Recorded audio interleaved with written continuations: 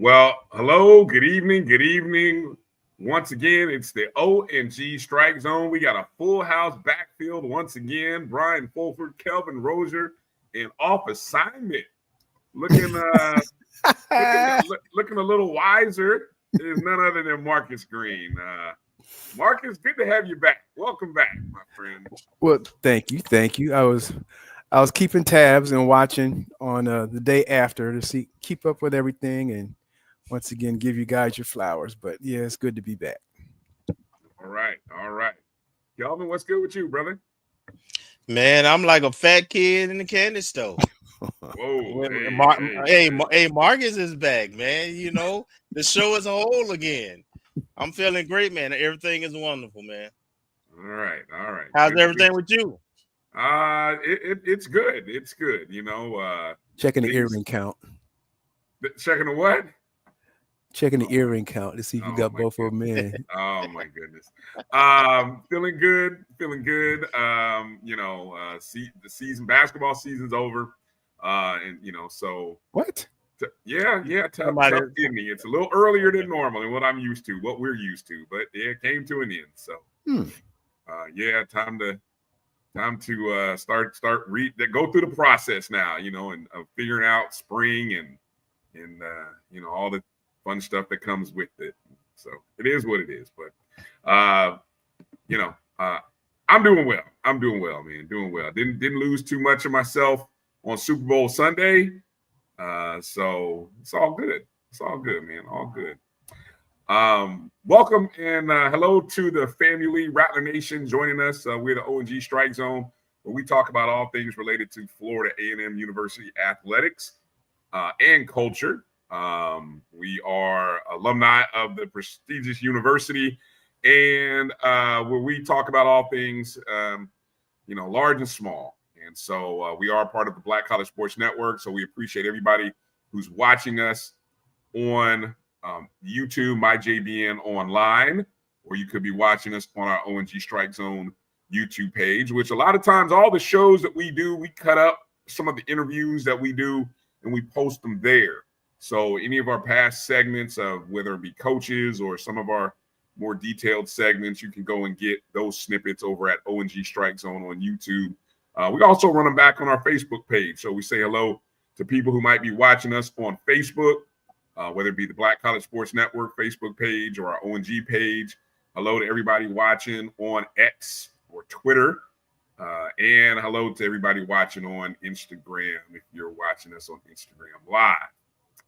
Coming up on tonight's show, we of course, we will talk about basketball. We will talk about our basketball programs, the men and women.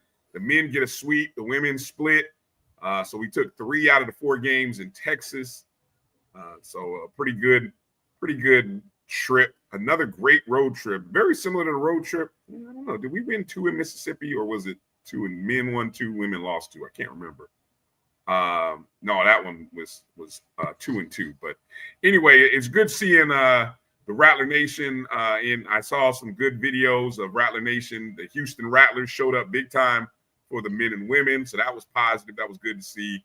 We'll talk about some of the major news involving Coach Creary coming up here in a moment. And coming up at the top of hour 2, we'll get a chance to meet Milton Matthews. And so we're looking for one of the top scorers in the SWAC, one of our top 2 scorers. Of course, Milton has been burning it up from deep, but we knew that because he came along with Coach Creary from St. Thomas University, and he was a walking bucket over there at St. Thomas. And you know, folks wondered whether that NAIA life would translate to the D1, not just for the coach, but for the players. guess what, folks? It's basketball. It does translate. All right. Good players, good coaches, they win at all levels. They play at all levels. They score at all levels. As we said back in August, winners win. Yes, indeed. Yeah. Winners win. Exactly. So for those who doubted, FAMU has the men have won 7 of their last 8 games. Currently sitting just 1 game off of the 2 teams who are tied for second.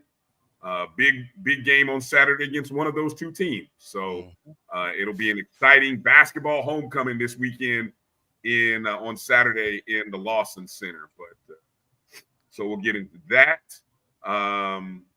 Also at the bottom of hour 1, Gerald Huggins draft HBCU will be coming up here. Draft HBCU players will be coming up here at the bottom of hour 1. We'll get he is not at the 2025 season has officially begun. Now that the Super Bowl's over, you can officially start talking about the 2025 season.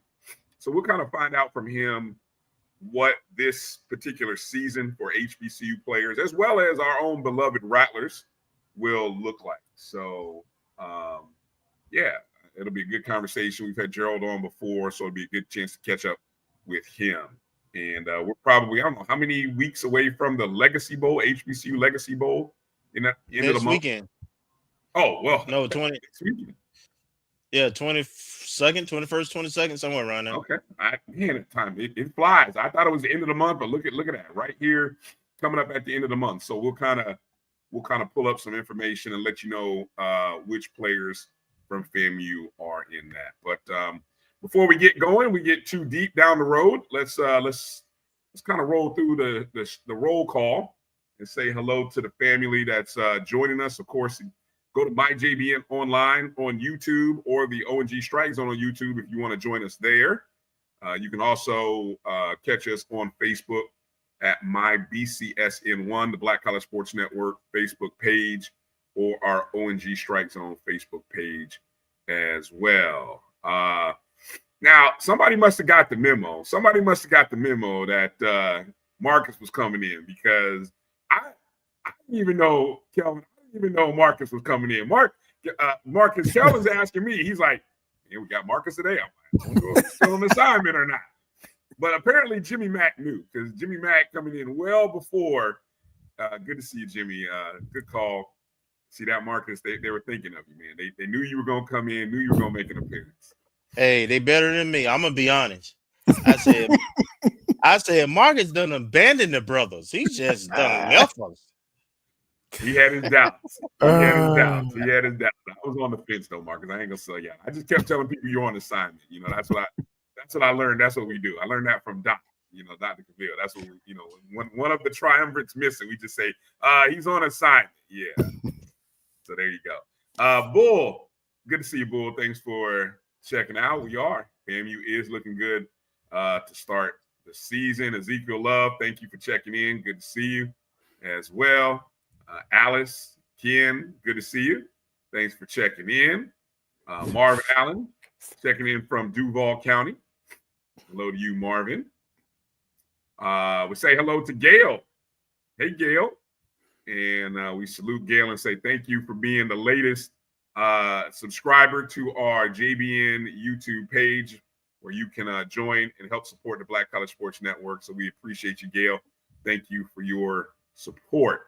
Also, Meredith, we say hello to you and thank you for being a JBN subscriber as well. Appreciate the love and support. Melissa Wilson, good to see you, Melissa. Good to see you. Bangs Up, Keith, checking in. Appreciate you, Keith. What's up, Bangs Up Podcast. Make sure you hit those thumbs up and like. Check out Bangs Up Podcast Thursday nights as well as on Sunday nights as well. Marcus. Hey, Marcus, thanks for being a JBN subscriber. We appreciate you. Mary 305 checking in.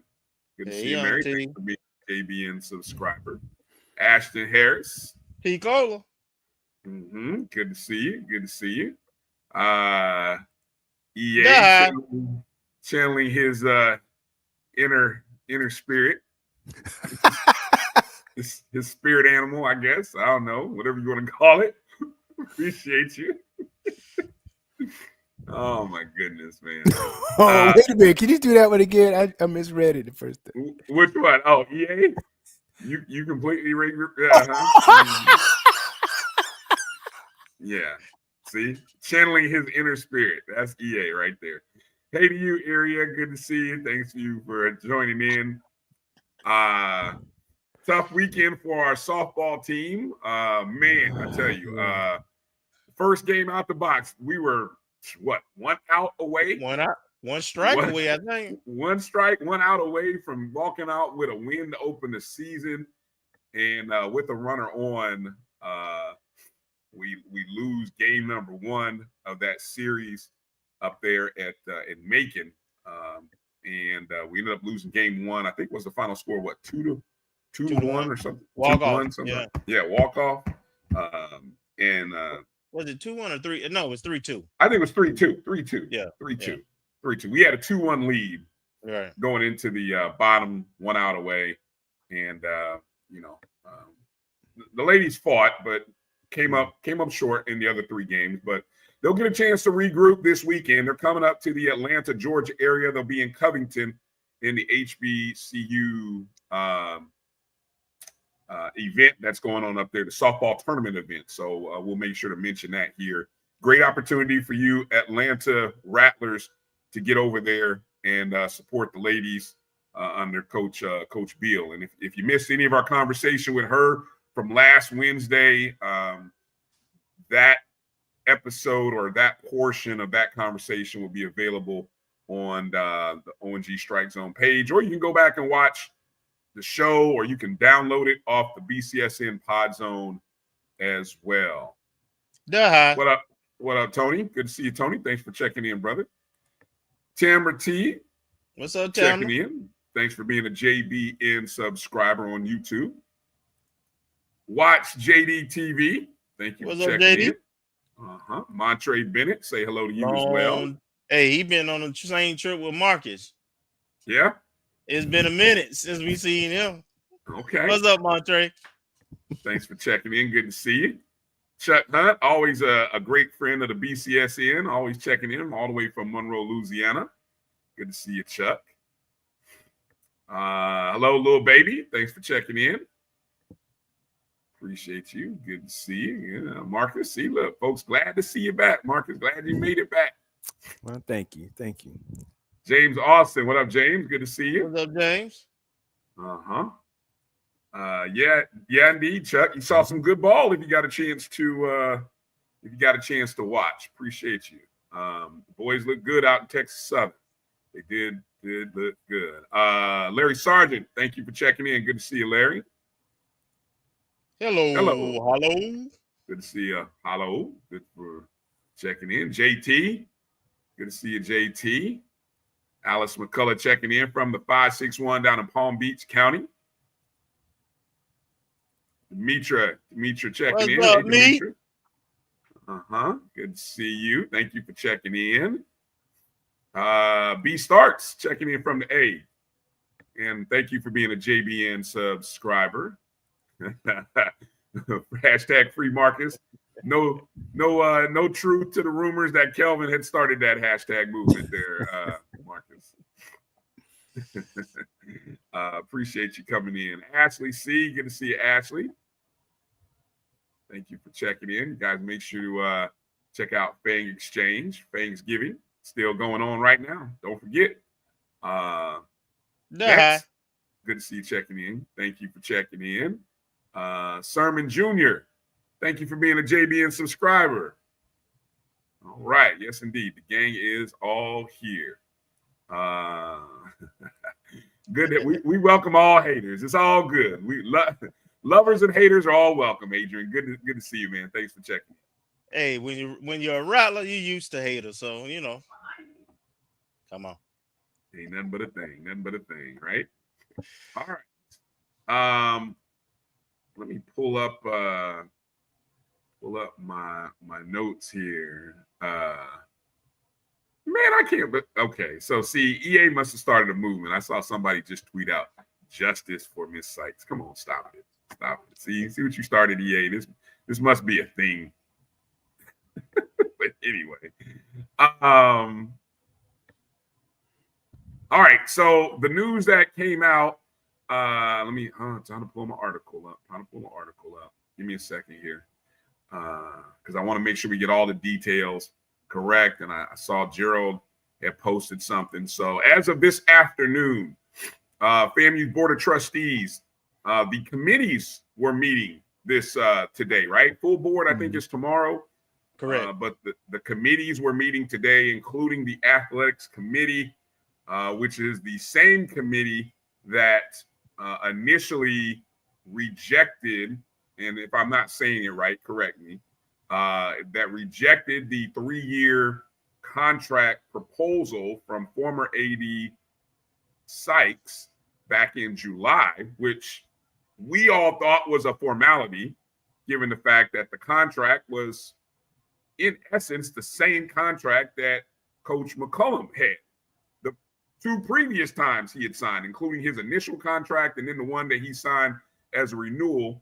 There wasn't much difference in the language, but due to some controversies that were happening at that time, some members of the board chose to table the approval of the 3-year deal in a shocking move, which kind of, we've talked about it. I'm not gonna waste too much breath on that.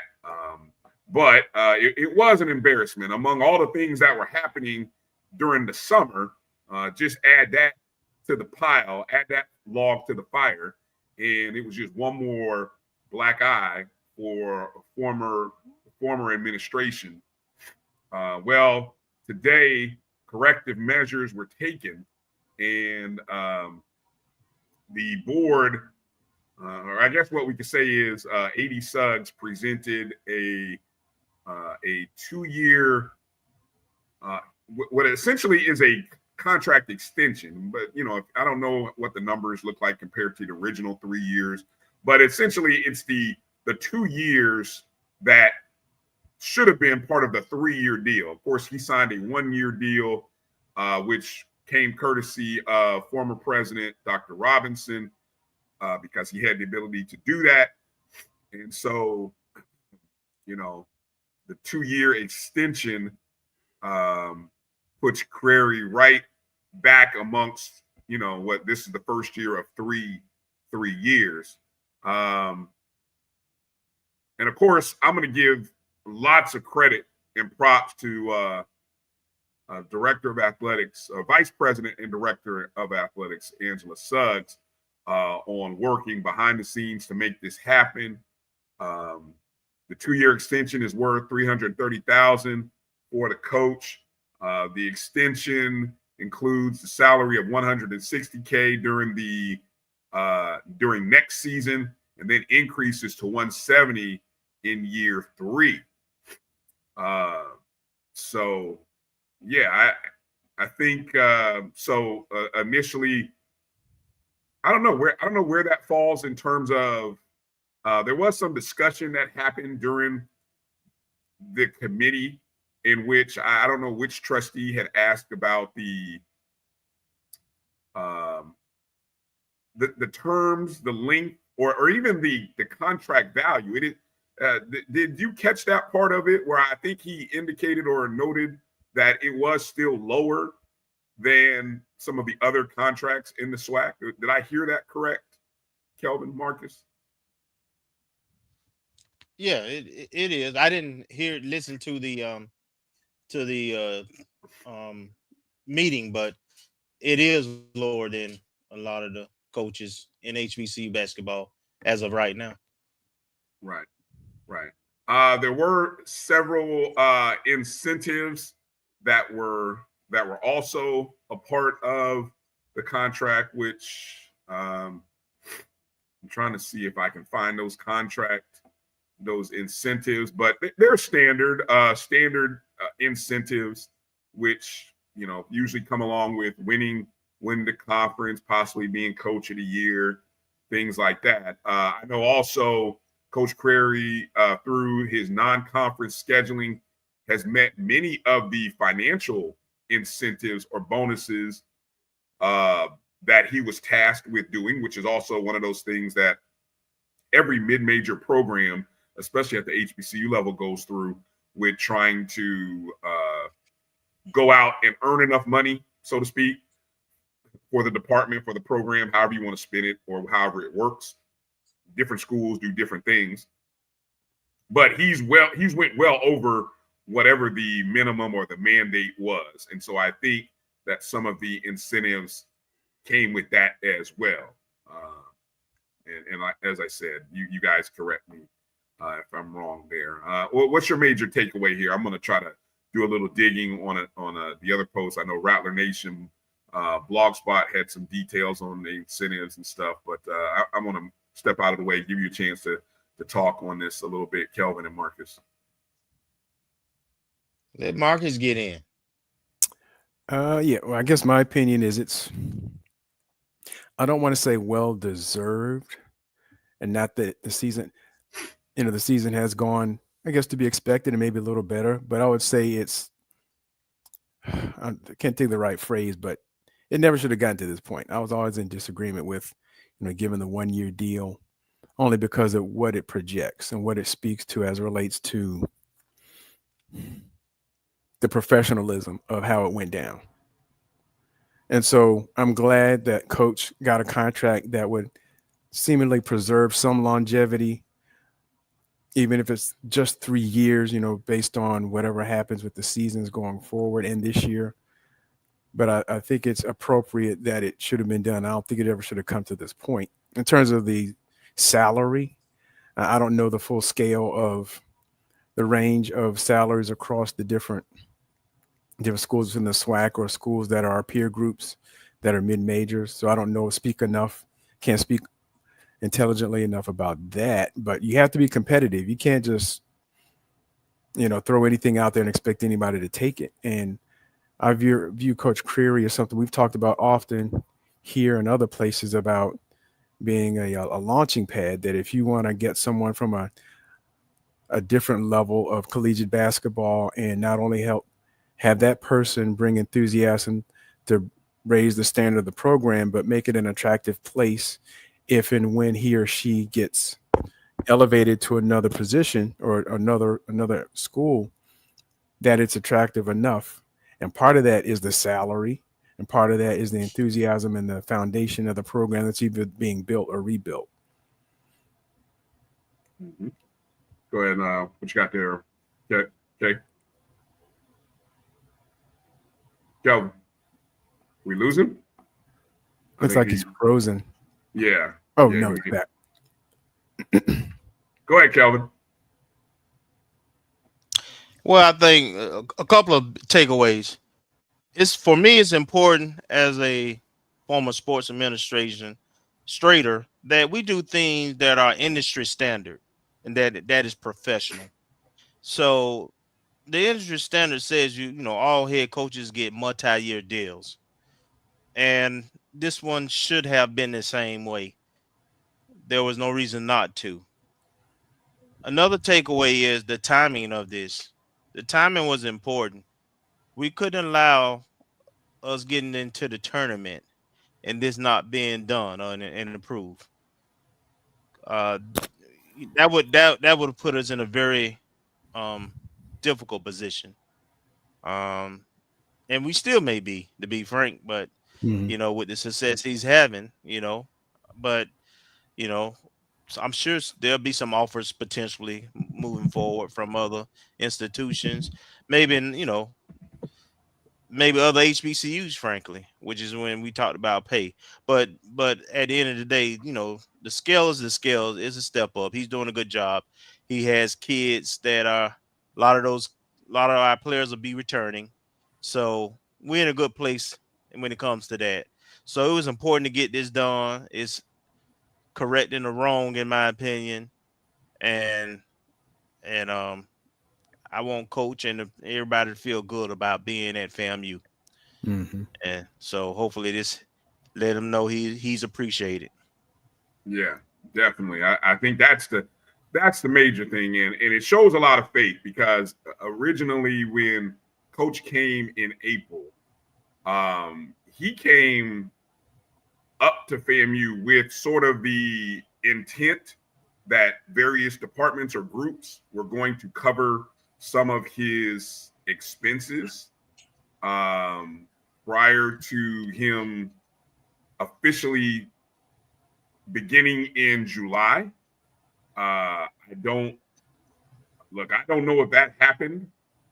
So there was a lot of faith that took place by Coach Crary in the first 2 to 3 months.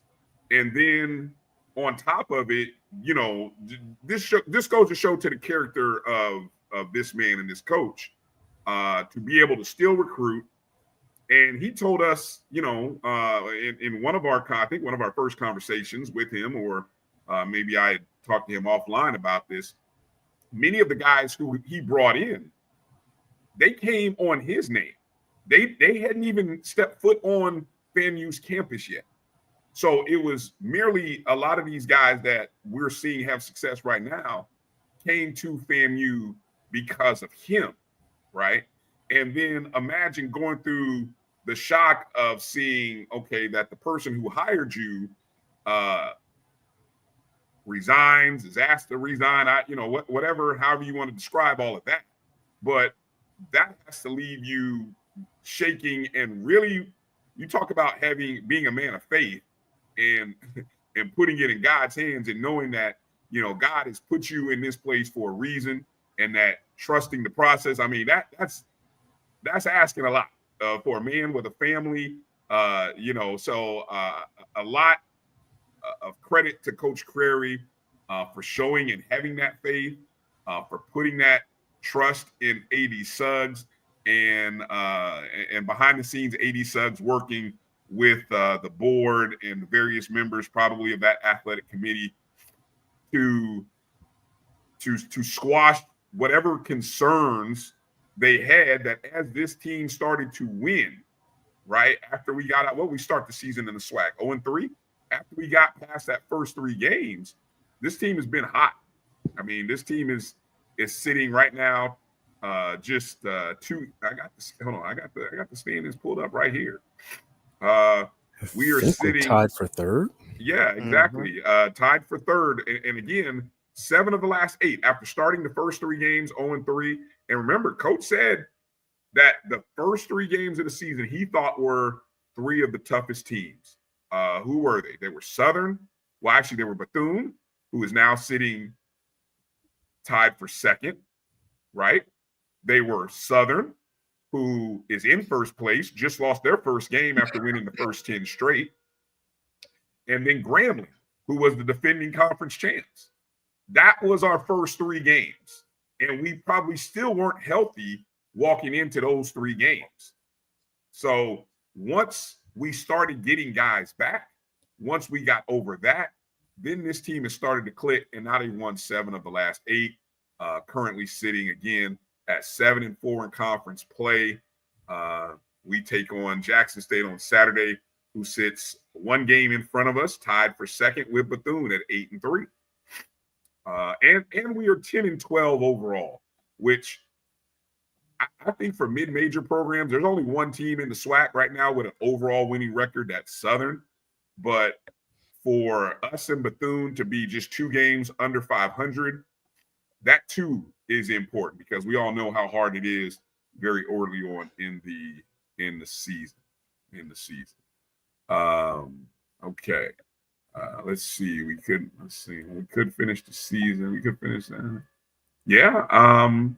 I think we still do we have Southern again? Do we play Southern again? I think we do. No. Oh, we I don't think so. I thought we played them at the end of the season. I'm gonna do a quick pull up of the schedule while I'm where I am. So we do play. So the first 3 teams that we started with, that's how we end the season. So this weekend, of course, Jackson State and Alcorn, and then the last home stand is the Grambling State Southern home stand. So That's going to be hot. That's going to be a hot ticket in the first weekend of March. And then, of course, on March 8th, we travel to Daytona Beach to take on those guys on the beach. So, yeah. But there's still time. Look, it's still a wide open race. I know with any team at this point in the men's season, you want to be top 6 because the top 6 teams do not have to play an extra game. Because this year with 10 teams playing in the SWAC tournament instead of the 8, that means teams 7, 8, 9, and 10 have to play each other. 7 versus 10, 8 versus 9, and then the winners go from there. So you definitely want to try to avoid being in the bottom 6. All right. Marcus, do we want to do that? How do we want to do that? That I don't know. All right. We've got 4 games remaining. We've got 4 home games remaining. Actually, and Marcus, that I'm mistaken. That includes women, right? Yes. All right. So it's just 1, right? Mm-hmm. Okay. Here's what we're going to do. We got to come up with we need to come up with a good trivia question. We've got tickets. We've got a ticket to give away for the remainder of the season, the remainder of the basketball season. So if you've been on the fence about going to the games, the women, the men's, we've got a half a season ticket package left for the remaining games. And so essentially what we're talking, the women are playing tomorrow against Alcorn. Of course, the first 2 times they played, it was a tough contest that we lost in overtime. But so essentially 8 games, that's 4 women, 4 men's games coming up beginning tomorrow. We've got a giveaway contest. And what we got to come up with, guys, is by about somewhere in the second hour of this show, we got to come up with a trivia contest here. So let's start shooting up some ideas and suggestions and start going back and forth and figuring out what we can do. But in order to be a part of this contest, you got to be interacting with us via where do we want to send people? Obviously you're on YouTube. You could be on Facebook. I see we got a friend, About Time Shad, joining us on X. So there's a number of ways that you can interact with the show on social media. So coming up a little bit later in hour number 2, we'll talk about the giving away that ticket to see the rest of the FAMU and women, men and women's basketball season. But let's go ahead and take a break, kind of figure out where we are with our guest lineup and everything, and we'll get into some more talk. Again, softball season underway. Baseball season starts this weekend. Big weekend in basketball. Track is traveling up to Chicago. The Rattlers are all over the country. It's a great time to be a Rattler. Great time to be alive. Hang tight with us. You're watching the O&G StrikeZone right here on the Black College Sports Network. We'll be back in just a moment. Planning an event? From weddings to corporate functions, CMJ Events LLC brings over 15 years of experience to make your vision a reality.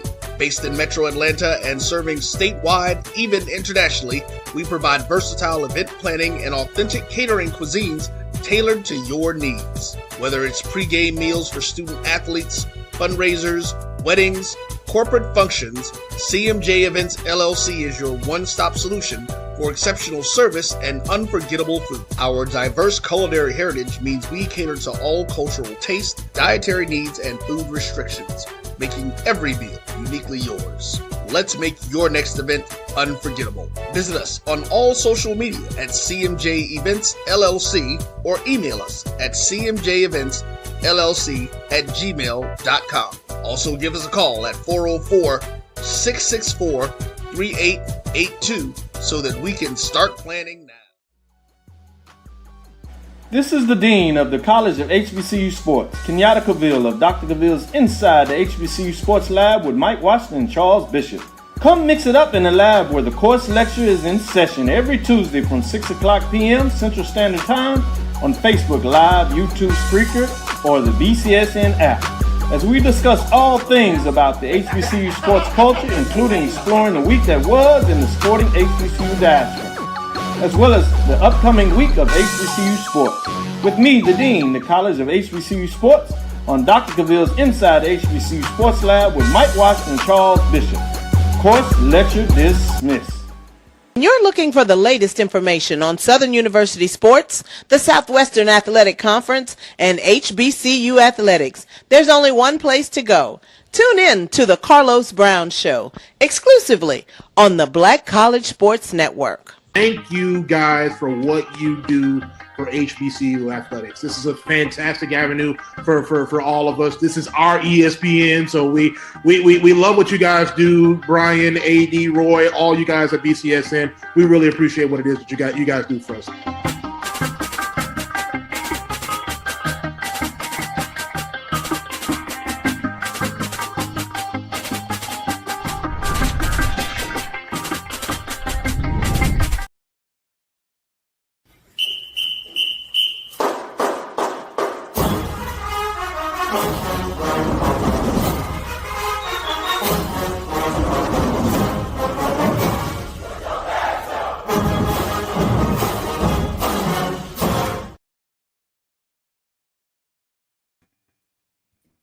Yeah, sorry about that. I guess I'd have to put all the screens up to get you guys on the screen.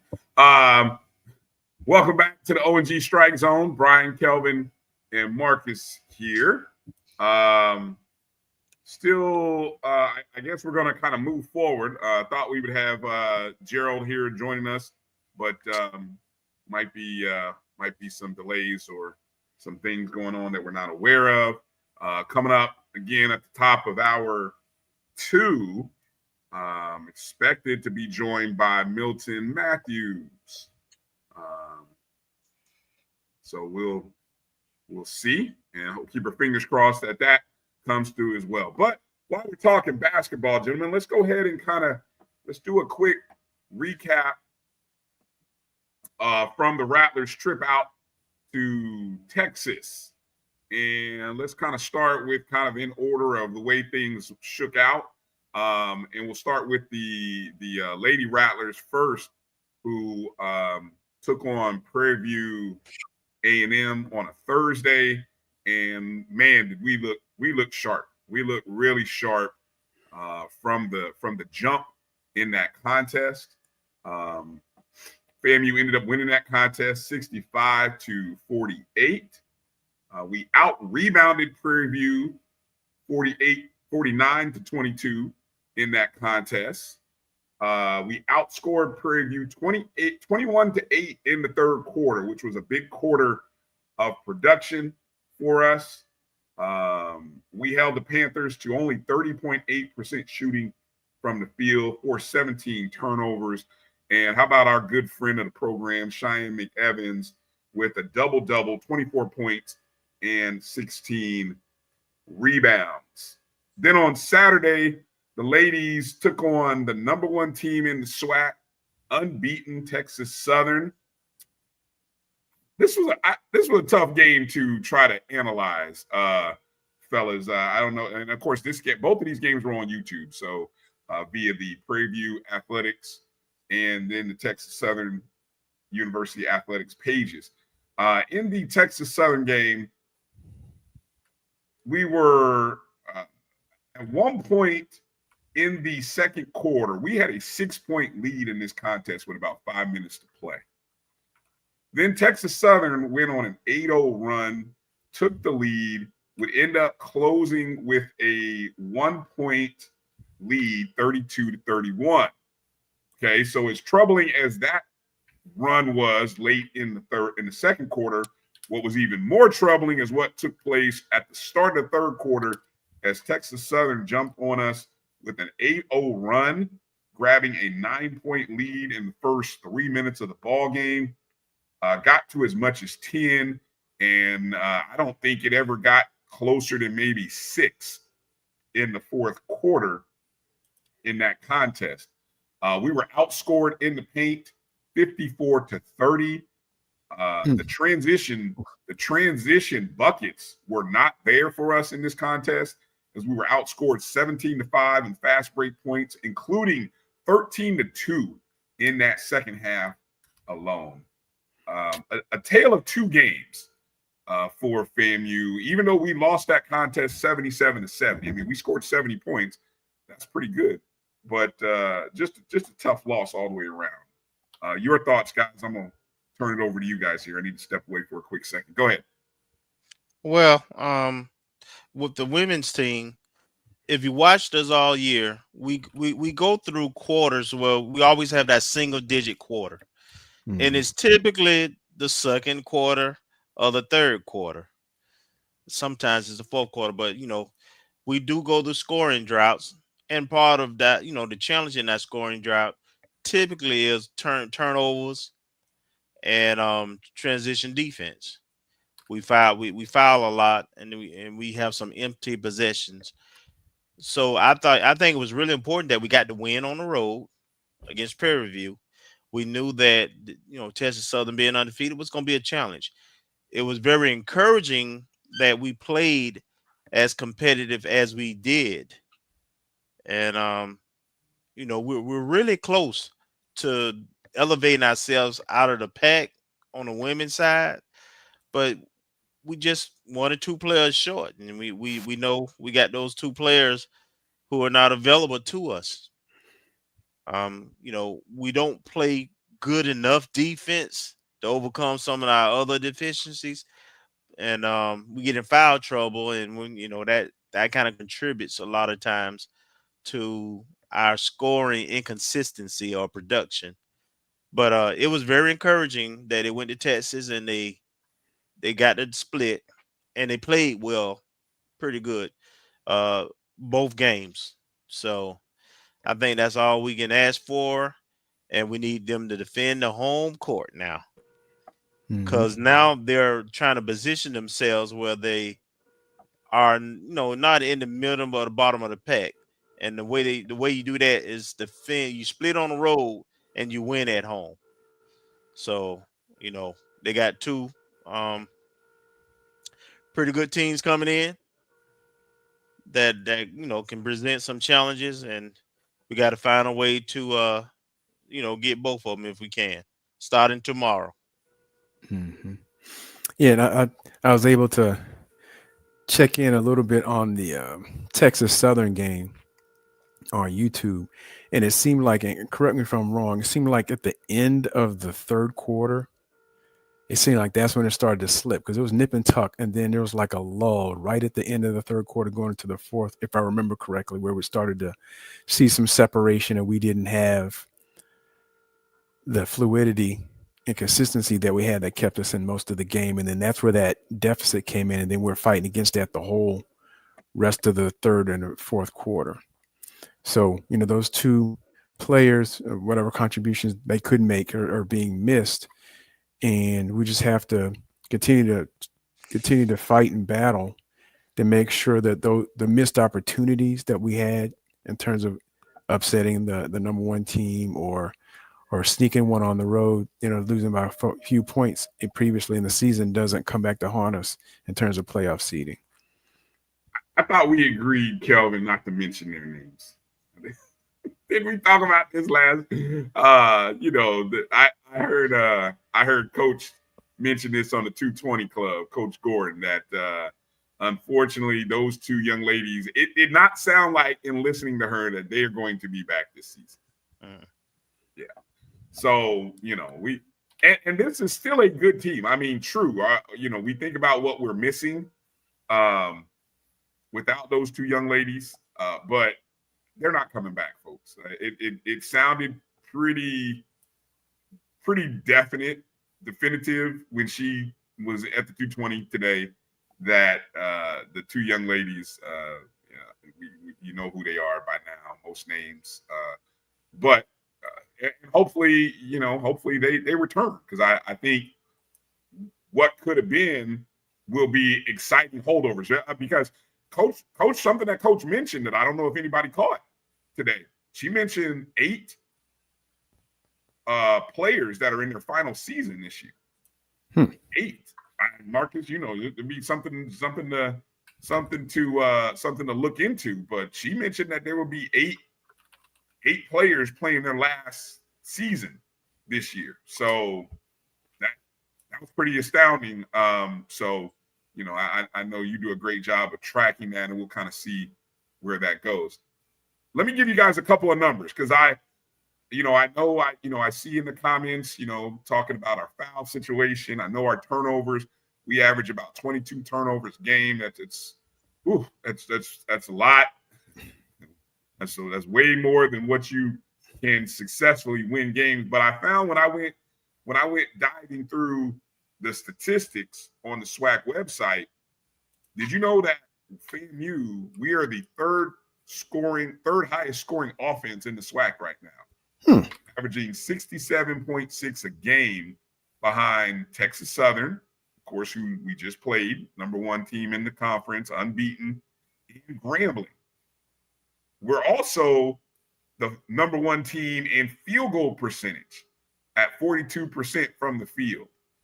And what I also found shocking, beside being number 2 in scoring, was that we are number 3 in team 3-point field goal percentage at .310, 31%. And we're talking, I want to say this right, a thousandth of a point behind the top team is .318, just about 32%. So we look at things sometimes and we're like, we're scoring the ball. This is a team that is productive on the offensive end. Now, here's the stat that I shook my head on, and I'd love for you guys to tell me. I don't know if this is just good luck or what, but opponents' free throw percentage is opponents seem to shoot really well against FAMU. Our opponents shoot 72% the free throw line. That is 3 percentage points higher than the number 2 team. Now, I don't think you can do anything. Again, this is percentage, not number of attempts. This is not makes. This is just when teams get fouled by us and go to the free throw line, they make their free throws. That's an amazing stat. I don't know how you can't defend that stat other than saying, man, teams just seem to shoot really well against us. Well, one way you could look at that is perhaps we found their players who are the best free throw shooters. There you go. that too. That might be a point. Yeah, that might be a point. So just thought I'd throw that out there. It was a good week, a good pair of games for our good friend of the program, Cheyenne McEvans. Of course, Cheyenne, the transfer from Syracuse, playing in her first season for FAMU. Early in the week, she was the HBCU Plus Women's Player of the Week. And then she received the SWAC Player of the Week honors just yesterday. The stat line, of course, for Cheyenne, as mentioned against Prairie View, 24 points, 16 rebounds, 3 assists in the win. And then against Texas Southern, she scored 21 points, had 3 boards and 2 assists against Texas Southern. So a heck of a weekend, or a heck of a pair of games for Cheyenne, who's really playing well right now. A quick comment on the ladies. Yeah, we're missing that consistent second and third score. Some games, Gay and what's the young lady from Georgia? Demaya Griffin. Some games, they go for double digits and shoot the ball well. Some games they don't. If we could get a little more consistency out of those two specifically, that also can kind of probably get us over the hump with the upper level teams. Okay. Yeah, good stuff. What was this in the what is this you're adding? Okay. Marcus says our roster lists 5 grad students and 4 seniors. So again, very, very much as Coach Gordon said, 9 potential 8. What I say 8? She said 8. So well, I know last week on the interview you got with Miss McEvans, she said she thinks she has another year coming back, so she might be the one fewer. But yeah, Cheyenne I believe Cheyenne does have a year left. Mm-hmm. That part I believe I recall learning that when I met her the Bethune-Cookman weekend. Okay. That either came from her or it came from Josh at the time. So she does have a year. She does have another year. Okay. The other 4 grad students are I don't know how to pronounce Miss Guy, Miss Gay. Sabu Gay. Yeah, Sabu Gay, Yvette Subaretz, Sage Glover, who's a transfer this year from Niagara, and Nia Bostic, who I believe last year was a walk-on. She came off the Marching 100 and filled in last year and came back this year. So those are other 4 grad students. So I don't know what their individual status happens to be. And then the 4 listed as seniors, Nashani Gilbert, Jalea Sharp, but she was a transfer last year from UNC Wilmington. Zakia Carter, who came in this year from Chicago State, and Elia Ellis, who's been here at the program under the previous administration. So those are the 4 listed as seniors. Right, and we haven't seen Nashani all season, even though she's still on the site. I'm not really sure what happened, what's going on there. We haven't seen Nashani all year. Yeah, so and I will say, so just based on how they're listed on the roster, those could be. Mm-hmm. No, I'm just going to say that. I mean, speculation, of course, but just based on their classification on the roster, those are the 9 suspected folks who may or may not return next year. Yeah, no, Demetra, no, we haven't seen her all season. So hope she's well. I don't have the story, don't know. So we'll just leave that there. So Zakiya Carter, our 6'6" transfer from Chicago State. I mentioned those points in the paint against Texas Southern. She only played 4 minutes in that contest. She started that game. I went back and watched the first 4 minutes. I don't know if she hurt or injured something early in that game. I don't think it wasn't the pace of play, even though it was a very quick tempo early.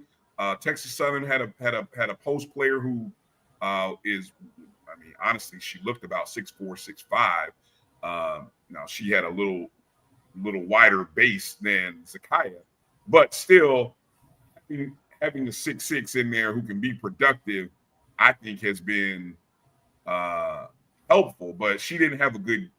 I think she didn't have a good start, and maybe the coaches decided to not have her on the floor. She didn't get off to a good start, and honestly, I've seen some pretty good stuff from Jalea Sharp. Who else has also been playing down there? Sydney has played well, even though Sydney's a 5'11" forward. Sydney's played well, but I really like what I've seen from Jalea Sharp and Ellis. Ellis has done a good job as well. So both of those 2 young ladies have really, really played well. Again, the ladies this weekend, tomorrow, taking on Prairie View or Alcorn State, excuse me. We lost to them the first time we played them, 75-72 in overtime. And then on Saturday, they take on Jackson State. We lost to Jackson State 73-62. But I believe if I'm not mistaken, guys, we had a lead against them in the third quarter, going to the end of the third quarter. So let's see what we can do this weekend. And we need a great crowd. We need a great crowd on hand. I know I heard something that the ladies were going to be doing some dorm storming today to try to get the students. I'm baffled. I would love to be able to get some student leaders, whether it be student body. I love to hear where the disconnect is from our student body. I know it was a different time and day when we were at FAMU, and but we had less extra stuff around us to do, So, but I love to figure out what it is, what's it going to take. I know people are trying, but if it's not the student body, just another connect to the 850. We need the community, the Tallahassee community, the Leon County community and surrounding area to come out tomorrow night. I think the game is a 6:30 tip-off against Alcorn. And then, of course, on Saturday, big doubleheader against Jackson State. The women will play first at 4, followed by the men. All right, let's get ready to take our next break, because coming up, we're going to talk to one of FAMU's top scorers, one of the leaders of this team, their men's basketball team this season. Scored the game-winning basket against Texas Southern. Such a beautiful play. I was pleasantly surprised at how it seemed easy. We're going to ask Milton, how easy was it to get to the bucket against Texas Southern? Because it looked damn easy. I'm telling you that. I'm like, wow, I thought he was going to pull up for 3. And he was like, no, I'm going to the bucket. But we're going to talk to Milton Matthews, Rattler Nation. You're going to get a chance to meet Milton and find out a little bit more about him right on the other side of this break. You're watching the O&G StrikeZone right here on the Black College Sports Network. Hang tight with us. We'll be back in just a moment. Since 2002, Empowerment Resources, Inc., a nonprofit organization, has empowered more than 1,500 youth and adults in Duval and surrounding counties through its programs Journey into Womanhood, Girls Mentoring, Life Skills for Teens, and Parenting Education Coaching. To get involved with programs, volunteer, or donate, visit www.empowermentresourcesinc.org. Follow us on social media, facebook.com/empowerment.resources and instagram.com/empowermentJAX.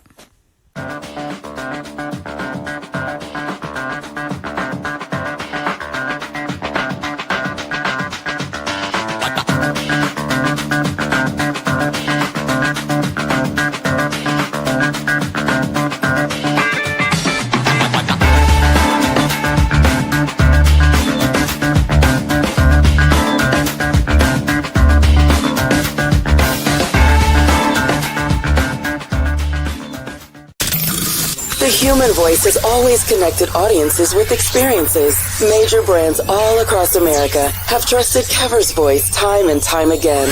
Conversational, powerhouse, intelligent, and sincere. That's the voice you need for your creative marketing process. KEAVERSVOICE.com. Kever's Voice, Kever's Voice, KeversVoice.com. Always on, all the time. It's never too early to plant the seed, to share the tradition, and instill a sense of pride in your HBCU with your little ones. HBCU Pride and Joy Children's Boutique helps you share your school spirit with a wide selection of adorable kids' apparel and accessories officially licensed from your favorite HBCU. Visit hbcupridejoy.com and follow us on all social media at HBCU Pride Joy on Facebook and Twitter. When it comes to professional learning, teachers deserve better. From the leader in online learning, Stride brings you the Stride Professional Development Center, an on-demand library of mobile-friendly courses that gives teachers choice and flexibility, allowing them to learn anytime and anywhere.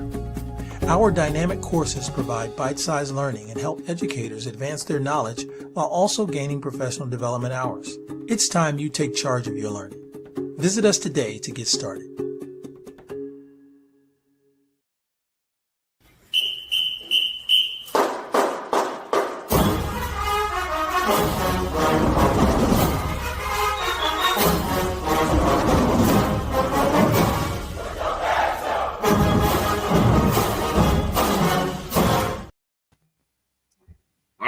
Welcome back to the O&G StrikeZone. Bryan, Kelvin, and Marcus. And joining us, about to join us for the first time, making his O&G StrikeZone debut, is a 6'3" guard from District Heights, Maryland, a grad student, none other than Milton Matthews. How you doing tonight, Milton? Welcome to the O&G StrikeZone. It's a pleasure. It's a pleasure. How are you all? Hey, we're What's doing going on? well. Yourself. We're doing well, man. Welcome to the family. Welcome to the show. All right, before we get into talking about all the background stuff and introducing Rattler Nation to you, I mean, let's just go right to it. Let's go to the game-winning play against Texas Southern. You know, the beautiful thing about watching the game on YouTube is a lot of speculation. People were guessing, trying to figure out who's going to get the ball. Walk us through that moment, you know, coming out of the huddle. And look, for me, I felt like it seemed really easy getting to the bucket for you, but just talk about the final play there. Personally, I mean, the final play was pretty simple. Coach drew it up, and it wouldn't have worked without our leading scorer, Sterling Young, coming off for the shadow to draw the attention that gave me the lane I needed to get to the cup and win the game. So it was pretty planned out. All credit to Coach. You know, I was just doing what was told, honestly. Good answer, Milton. Good answer. No, good stuff. You've had a great season this year, and you know, obviously, you know, you are a young man that you've been with Coach Crary at least the last 2 seasons while you were at St. Thomas, and maybe your relationship goes a little bit deeper. But I'd like for you to kind of let us in on the relationship with Coach Crary, and then coming to FAMU when you learned that Coach was going to be taking the opportunity to come to FAMU, travel north to Tallahassee. What was that process and the decision like for you to transfer as well and come to FAMU? Well, I have a very, very great relationship with Coach Pat. He's been there for me ever since I've, you know, tried to take my chances somewhere else. I made the call to him. He took me in and he gave me a chance, and that was all I asked for. But once he told me he was getting a job here at Tallahassee, he was well aware that, you know, he's a very tough coach. You know, he coaches to perfection. He's very attentive to detail, and it's a lot to take. It's not easy to play for him at all. But I just chose to look at the longevity of it, you know, what I'm getting out of it. I had 2 good seasons at the NAI at St. Thomas, All-American 2 times, first team 2 times. So the proof was in the pudding. So I just stayed with him, and you know, I just took my chances. Nice. Go ahead, Kelvin. So talk about this season, right? You started off 0-3 in the SWAC, and now you're on this run where you won like 7 of the last 8. What has been what do you feel like has been the key for this team's success at this point? Our first 3 games of conference were Bethune-Cookman, Grambling, and Southern, the top 3 teams in the league currently. So us starting off going against the best teams in the league, it was it was a test for us, you know, just to show us where we are and what to build on. You know, it was real tough playing those games, especially me, you know, not really knowing how the SWAC is. My first couple games in SWAC, going against the best talent in the SWAC. But as a team, it definitely showed us where we were, showed us a lot of things we had to work on as players. And it simply did what it had to do for us, which is why we're on the run now. Last year at St. Thomas, it was a very similar time frame to where we had went on a 4 to 5 game winning streak around this same time during the season, just at a different place. But the formula is simply to learn, you know, the entire way. And that's all our team is focused on. We're not really focused on anything outside of that. So it's been good. The journey's been good. The second go-round is approaching. We got Jackson State Saturday. So it's time to lock in even more, you know, push the cap even more, and do what we got to do to get the dub. Biggest difference between NAIA and Division I basketball for you?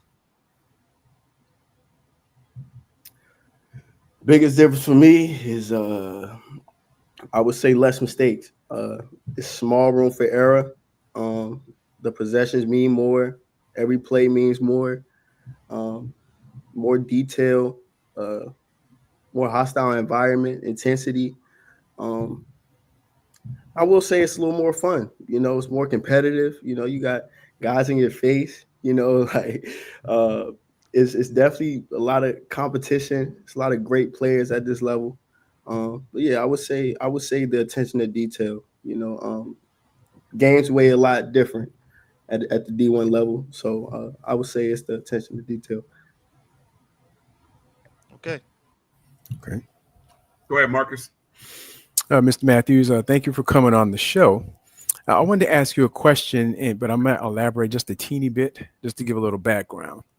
Switching sports, our new football coach just completed his first year.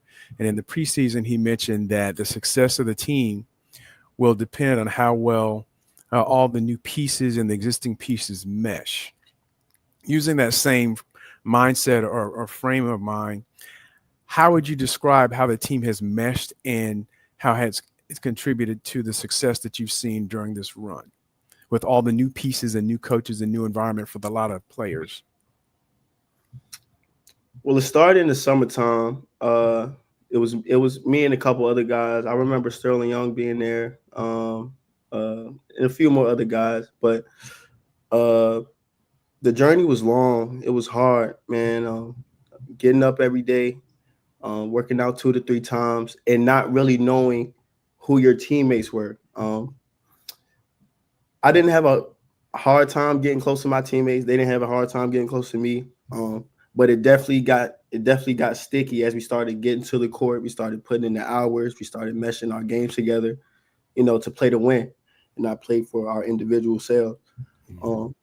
So I will say it's been a very, very tough journey, especially for the coaches too.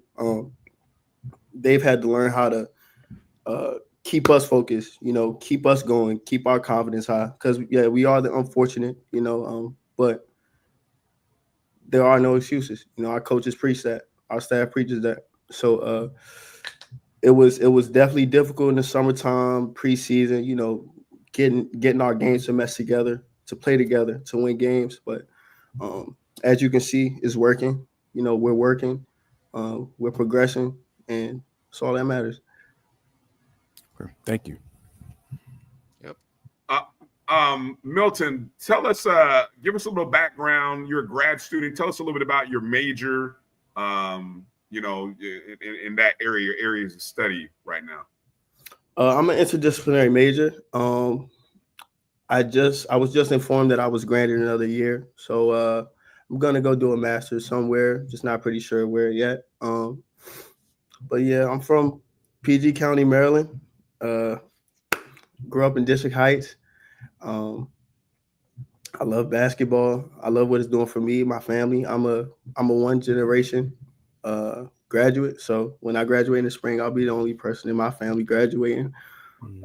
My parents are from DC as well. My entire family's from DC, honestly. Love them to death.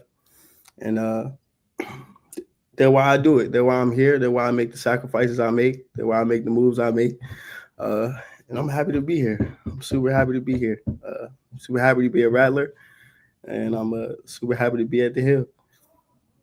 What has been the perception versus the reality, the expectation versus the experience prior, hearing about FAMU, hearing about Tallahassee, HBCU life, to actually being in it now? What has it been like for you? It's been great. It's been great, man. The games, the environment, it's great. It's great. The one thing I will take away from it is the love from the alumni. I've never experienced anything like it. Anytime we travel, they're there. Like everywhere we go, they're there. To support. You would have a whole stands of the opposing team, and you have that one little corner of alumni. And I really appreciate that from the alumni and the support from FAMU. Nice. Go ahead, Kelvin and Marcus. Anything you wanna keep going there? I don't want to take all the questions up.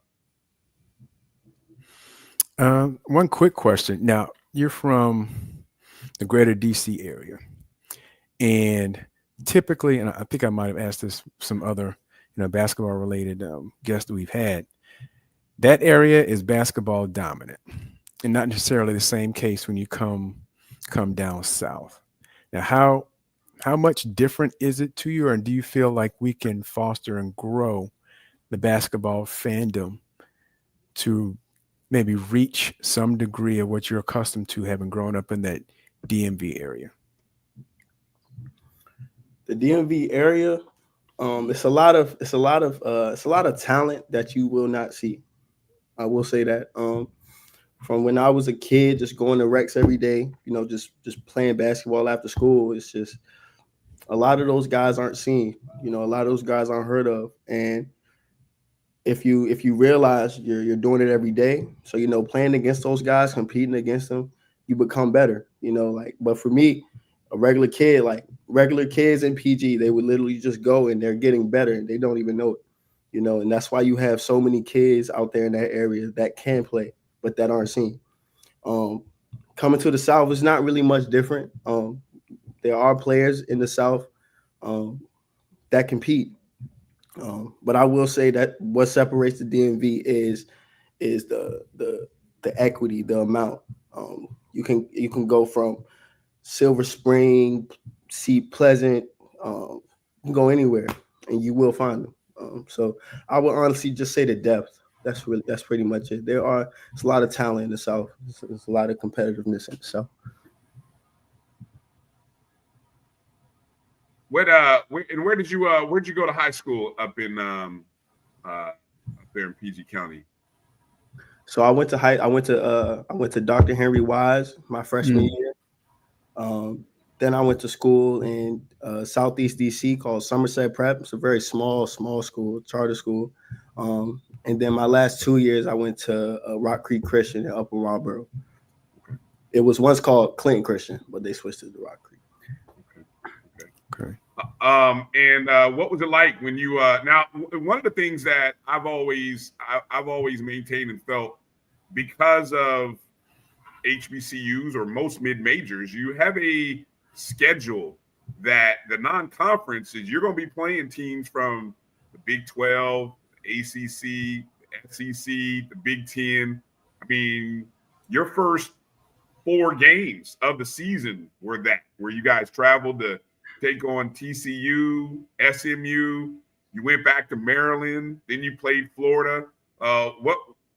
When you think about those opportunities to be on those stages, how does that translate for not only yourself but your teammates, and then the competitive juices? Because I thought you guys competed well in pretty much all those games. I will honestly say our mindset going into the games, as a team, we had a lot of confidence. We had a lot of confidence in ourselves. But the main goal in those high major games was to learn from them. I think we set our expectations a little too high, which is why our lows were very low. Understanding that we're a fresh team, we've never played with each other, we don't know our games, so it was more of a learning curve than anything. It was definitely the hardest start of a season I've ever had, ever. But in the journey, our team realized what it did for us. We realized what it was doing for us, and it helped us. It worked out, which is why we are competitive. We can play in environments where they're hostile. We've been in the most hostile environments. So it's helped us a lot. What was the craziest atmosphere that you walked into? Which one of those? BYU, hands down. Hands down, BYU. It's crazy. That's funny. Most people might think, oh, they're Mormons. They, it's like, nah, they get after it, huh? They get to it. From an HBCU perspective, you guys now you've taken a trip out to Louisiana, taking on Southern Grambling. You've been to the SIP, Jackson and Alcorn. You've been to Texas, What's the takeaway from those environments and those road trips? On those road trips, our mentality is more set on being together, understanding that we're at someone else's home. So, there's nobody with us unless it's alumni. Uh, there's nobody really with us unless it's alumni. So, my biggest takeaway from going to those places and playing some good basketball is, like understanding that to be a good team, you have to be together. The most connected team wins, hands down. So that has taught me how to, stay focused, even in slumps or like when we're down, to stay focused, stay in the game, and play to win. Kelvin, Marcus, anything? I'll add, because I was going to ask about style of play. So if you want to jump in and ask something, go ahead, Kelvin. Well, I just was wondering, he went to 3 different high schools, I think he said in the area. Was he heavily recruited? How did he end up down at St. Thomas? So I went to North Carolina A&T coming out of high school. Went there my freshman year. Went back my sophomore year. Was anticipating to go back my junior year, but unfortunately, I couldn't. I was denied, and I made a call to Coach Pat. I thought he was still in the Maryland area. He previously coached at Washington Adventist, NAI, DC. He just so happened to be in Miami, and everything just told me to go. Just do it. Just take the chance with him. And now I'm here in Tallahassee.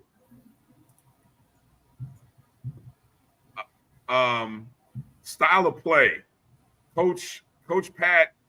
His style of play is one of it's a high tempo. I remember seeing you guys at St. Thomas last year, so I kind of knew. And also, Coach, you're familiar with Coach Cardi. I work with Coach Cardi up here at high school in Orlando at Orlando Christian Prep. So Coach Cardi, he says hello. He raves about you. He talks high praise for you. So I knew when you were transferring to FAMU, I knew we were getting a baller. I kept trying to tell people. I was like, I know. I got people who told me Milton is a baller. I know he's coming. But the style of play, Coach loves to shoot it. He talked about how detailed and meticulous he is with where everyone's shot is. How does that appeal to you? And then as you talk to other guys, whether it be you guys from St. Thomas or as you've seen guys here, talk a little bit about the style of play. And we're seeing it because we lead the SWAC in 3-point field goals made. We have one of the top percentages in the SWAC, and it's a little bit different than what we've been used to at FAMU. So talk a little bit about the style and play and how that helps him as he's recruiting and appealing to guys, and how it appeals to you. Well, I will say he loves players with confidence. He loves players that believe in themselves, that know somewhat what they're capable of. Because as college players, we're all growing, we're all getting better each and every day. But his style of play is very up tempo. It's pretty fast. It's a style of play that you have to remain in all year long. We don't really take many off days. We work, and that has a lot to do with his style of play as well. We shoot the ball a lot, so we have to be in the gym getting shots up, taking care of our bodies, and just pushing through the adversity. Especially in the traveling games where we gotta go to Grambling, and then we have one rest day, then we gotta go play again. Like, it's a balance between body maintenance and work. And he's definitely doing a great job, with us maintaining our bodies, not getting too banged up, but also putting in the work, during the week. But I would say it's definitely the work. It's definitely something that you can't shy away from. It will test you. You will have to make some decisions. He pushes you to extreme limits. So Yeah. I love that. You say you got to make some guys have to make some decisions. And when you say that, you mean guy in terms of like the food you eat, the things you do off the court. Yep, the life outside of basketball. Yep. Okay, I love the way you say that. All right, Milton, I'm gonna get you out of here with give you a chance to have the last word, and just anything that you want to say to Rattler Nation. Of course, anybody in the 850 who's watching, might be some students watching. Definitely the alumni are watching and the fans. But I just want to give you the last word, man. It's been a pleasure talking with you and getting a chance to meet you and hear about your story. So anything you want to say, the floor is yours, sir. First and foremost, I want to thank God, man. Without him, I would not be here at all. Secondly, to the Rattler Nation that's watching this right now, going to need you guys to be at the game on Saturday and Monday. We are doing something different here. I believe in my coach. He believes in us. And we're just missing one piece, the support. We need more of it. As we go on during the season, we go on our next lap of conference, we're going to need the support, man. So you guys, please, please, please, please come to the games. It's going to be fun. And I will see you there. Yes, indeed. Coach was mentioning you guys are going to do some dorm storming and get out and get into the on campus, right? Yeah. We might have to get active. But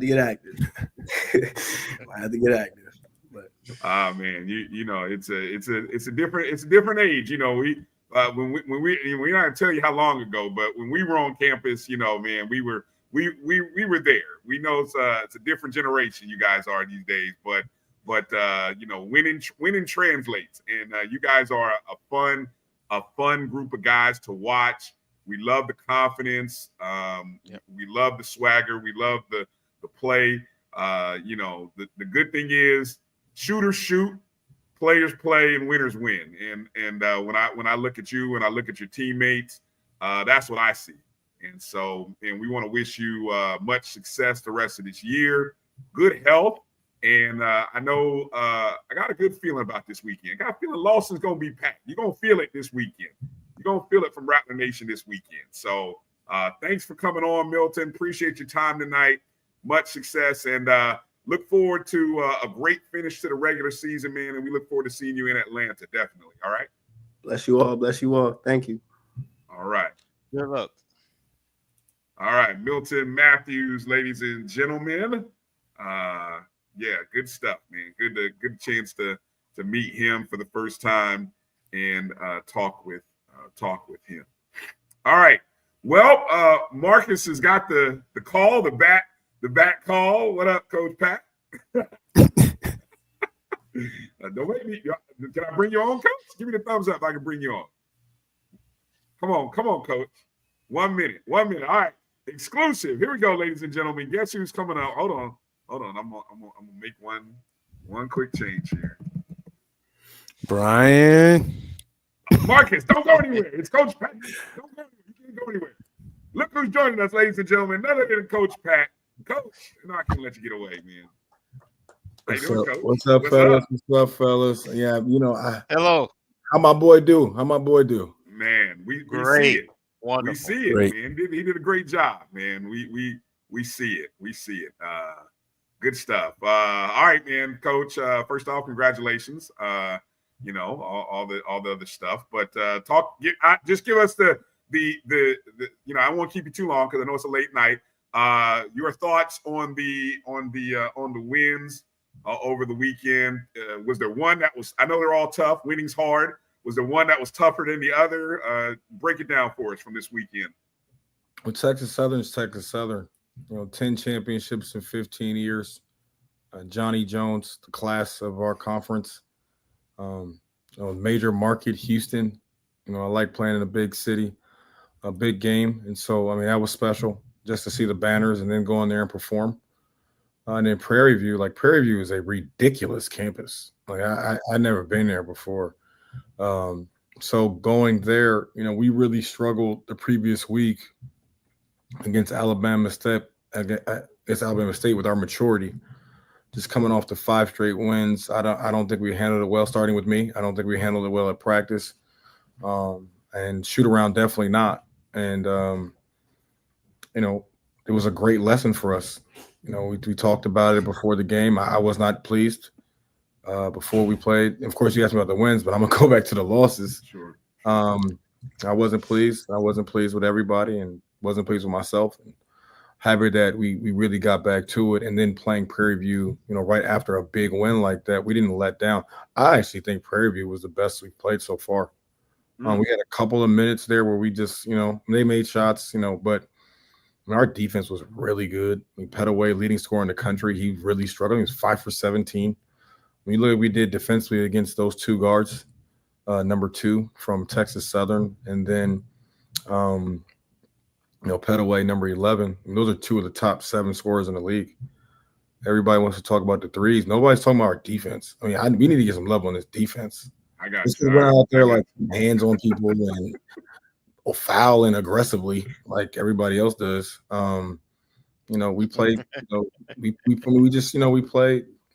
We played a game like the game's played at the highest level on the defensive side of the ball. So our defense has been really good. So I was really impressed with our defense this weekend.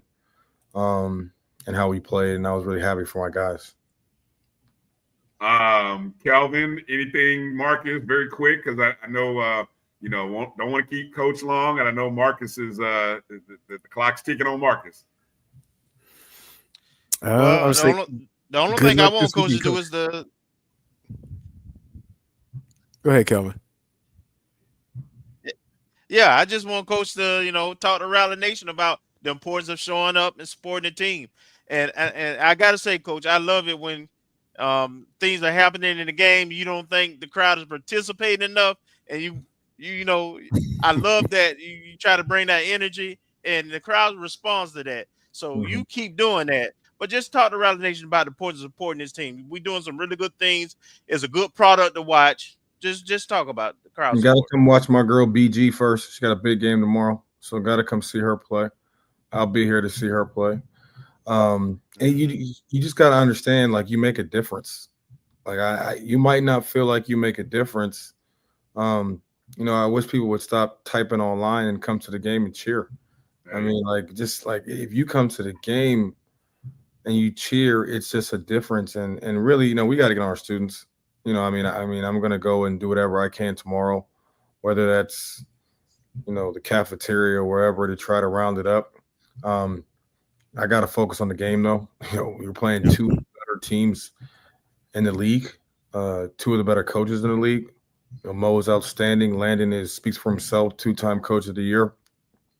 Does a fabulous job at Alcorn State.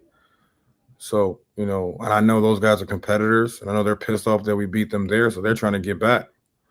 So, we really need, everybody there. We need you there for my girl BG, Coach Pressure, and the ladies as they continue to build their program, and she's doing a great job. But you're important. You're valued. I always try to talk to the fans. On the road, I probably talk a little bit too much. But it gets our guys. It gets our guys going. We play with that chip, and it's kind of hard to get that chip at home because it's who you gonna yell at, your own people. Like, it's weird, So on the road, it's easy. We can talk to the people behind us or whatever, and but we need you. It matters. Your voice matters. You screaming on the free. They missed 2 1-and-1s. Alabama State missed 2 1-and-1s in that game that gave us a chance to win the game because we had people screaming. Yeah. I think if it's quiet, they probably make those shots. So it feels good to be home. We have the best facility in the SWAC, and so we know we got some of the best fans in the SWAC. So we look forward to just everybody coming out as we continue to build the program. Hey, has the free throw percentage gotten better for you? I saw my guy EA had posted something about that. I noticed right now we're at like 71% on the season. I think I don't even really look at the numbers now unless it's SWAC numbers. Gotcha. Okay. So you playing high major, it's diff. It's diff. So we look. I think we're top. I think we're top 4 in the league though in the SWAC, and free throw percentage. That's how we won the game against Texas Southern. Mm-hmm. Jamin Charles 8 for 8 from the free throw line. Yeah. He played a great game. He had 14 points off the bench. We just showed our versatility in that game. I think we're probably one of the more versatile teams in the league. Yeah. When you really look at it, Sterling doesn't score a basket in that game. You think about it like this: Sterling didn't score a basket against Jackson State. He didn't play. Didn't score a basket against Texas Southern, and we won both games against 2 top 3 teams in the league on the road. Yep. And that just goes back to the depth of our team. And Sterling comes back the next thing, gets a 20 ball because that's what Sterling does. Gets 20. So, I like our guys. I mean, I love what Caleb is doing. He looks great right now. This is what I knew. I knew he was capable of. I thought Caleb would be one of the best 5 players in the league. He's a super talented kid. You don't see 6'9" kids just getting ball screens and making ball screen reads, shooting pull-ups, posting guys up. He makes that crazy fadeaway at Prairie View. He's a versatile defender. And then, my boy Jordan Chapman, I don't want to play favorites, but I don't know if I ever loved a kid for just being tough. He's just tough. He makes us tough, A fabulous kid and the coach's son, and Coffee, what he's doing for us, and Eatman. I'm just really happy for those guys that were here last year. I'm really happy. I'm really, really, really happy for those guys.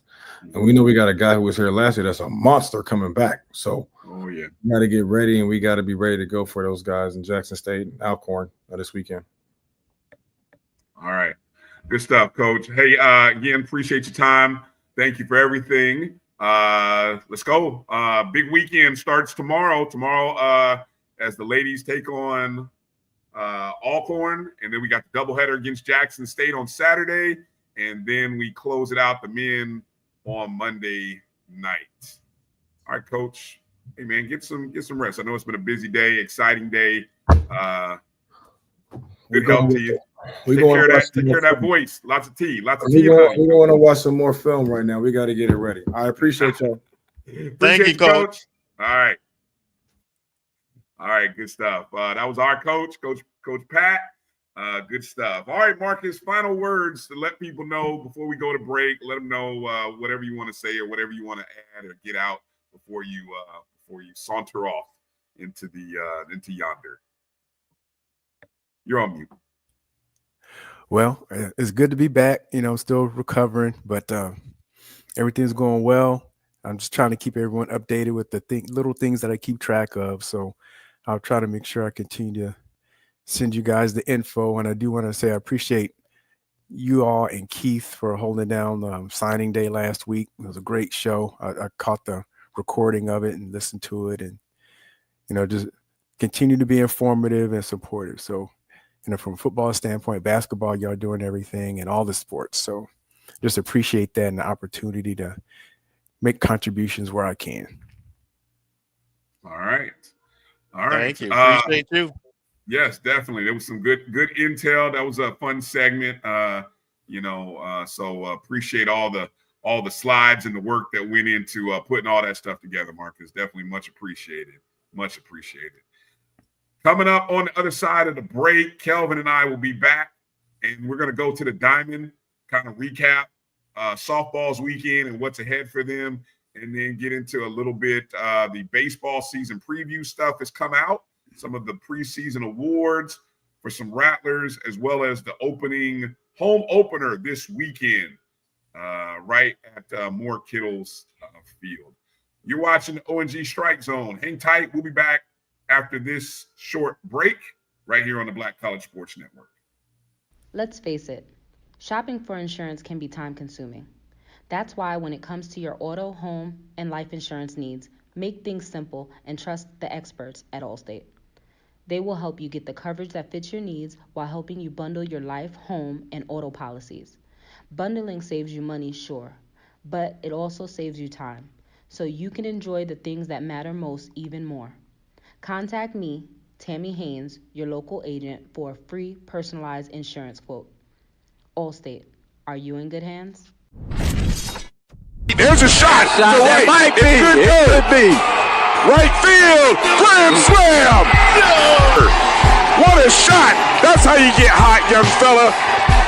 Thank you guys for what you do for HBCU athletics. This is a fantastic avenue for all of us. This is our ESPN, so we love what you guys do, and all you guys at BCSN. We really appreciate what it is that you guys do for us.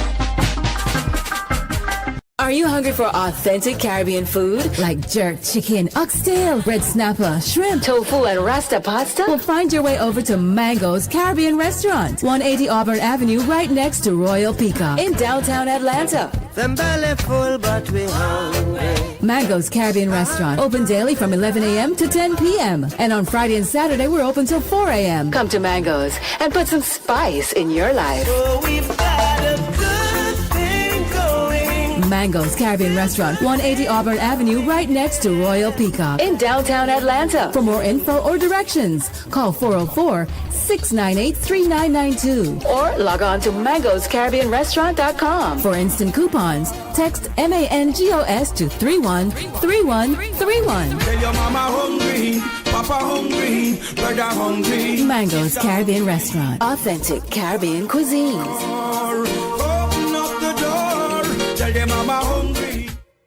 The Cuvée Group is a Florida-based marketing and training consulting firm. We help businesses communicate to their target audience and engage them in conversation. We also help to expand their audiences, which will ultimately result in growth for those organizations. In addition to being a certified constant contact specialist, my colleagues and I are also certified in John Maxwell Leadership Principles. We use these proven principles to conduct workshops, training, and private coaching sessions for individuals and companies looking to take things to the next level. Contact us to schedule a free consultation. Issues today, don't delay, call Cuvée.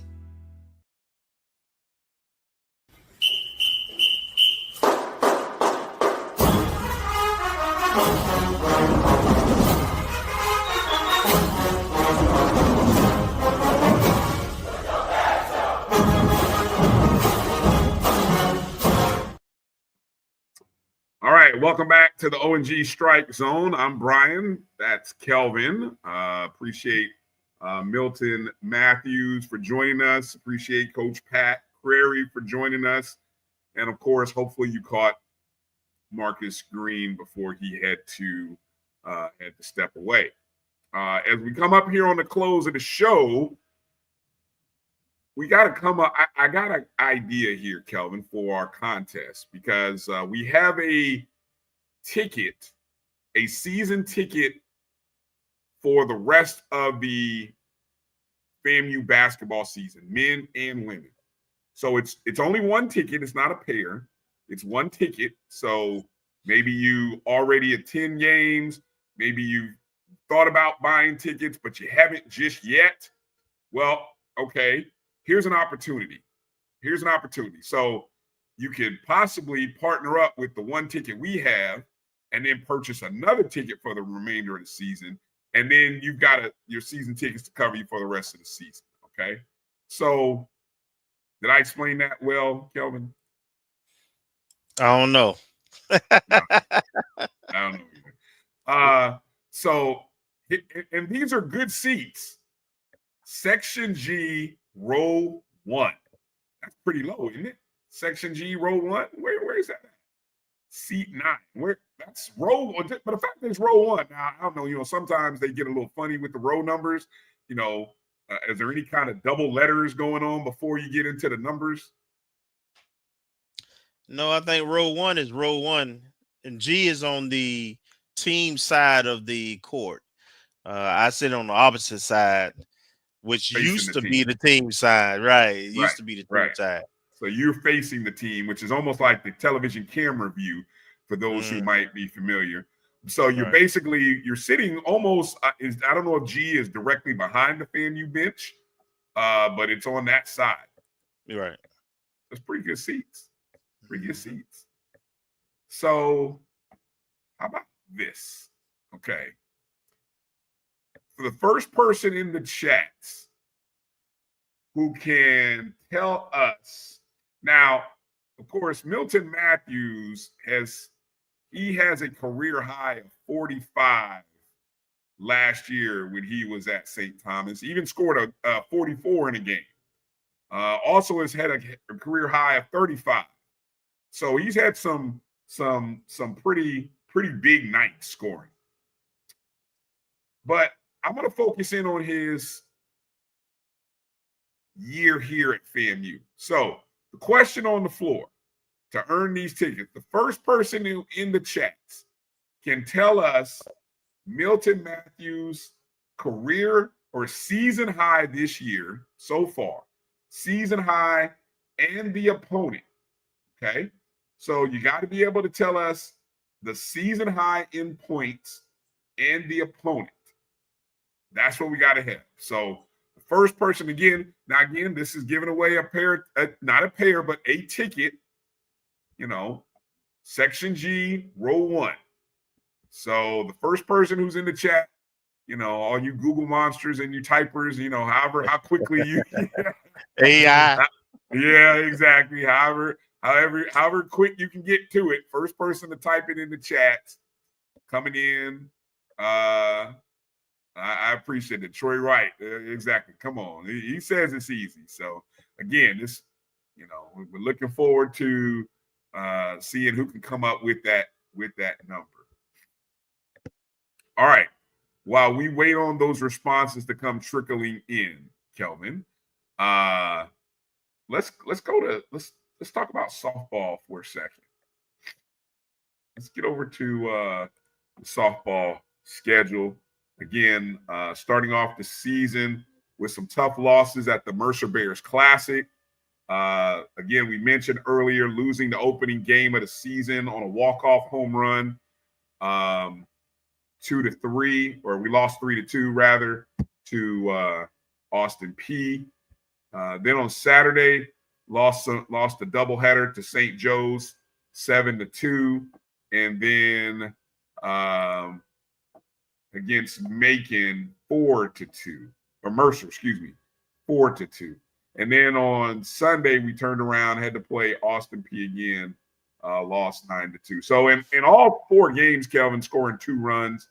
And I believe Zoriana pitched a pair of games. Sam Smith pitched a pair of games. So I'm not sure whether we had a different pitcher in those games. Any takeaways? I will say, well, go ahead. I'll let you talk before I interrupt. Yeah, takeaway 1 is the 2 runs in all 4 games. We got to, hopefully as the season goes, offense is usually slower starting out than the defense, so it's to be anticipated. Hopefully, it'll pick up as we continue farther along. Our pitching held up pretty good in my opinion. We were in the games, and like game 1, as you say, we was down to the last out. And the young lady, she give her credit. She caught a pitch and drove it out with someone on base, and it was a walk-off. So, but the team battled. They're competitive in these mid-major games right now. So I anticipate that this weekend will help them. Last weekend will help them with this weekend, because we've got the jitters out. We kind of got to feel, got the rust out. And so I'm looking forward to a good bounce back this week as we compete in the tournament this week. But, a competitive start. I'm very encouraged. If you got pitching, you're going to be in some games. And the hitting will come around.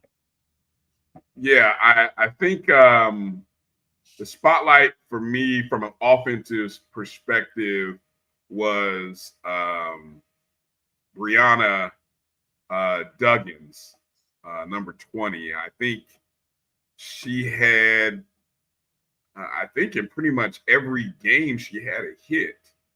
I'm not seeing the full stats available via our site, but I know from at least 2 or 3 of the games that I tracked, Brianna's had a pretty good game. I know either 2 for 3 in most of those matches or games that she had that she played in.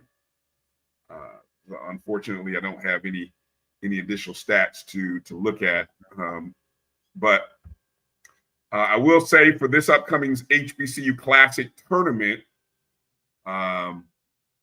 Corinthian adds in that we did see there was a Lauren Peppers sighting. She pitched 3 innings over the weekend. So good to see Lauren back on the bump. Hopefully, how those outings go, Corinthian. Hopefully they went well for her. This weekend, the HBCU Classic tournament is in Covington, Georgia, right? Of course, that is Covington is northeast around the loop, the 285 loop in the Atlanta metro area. So we take on North Carolina A&T on Friday. That's a noon first pitch. Then following that contest, we take on Howard University at 2. So the schedule on Friday, you take on North Carolina A&T, and then you take on Howard. So that's a pretty good 1-2 matchup. Then on Saturday, we take on Coppin State and then North Carolina Central, 2 o'clock and 4 o'clock. And then on Sunday, we take on Maryland Eastern Shore.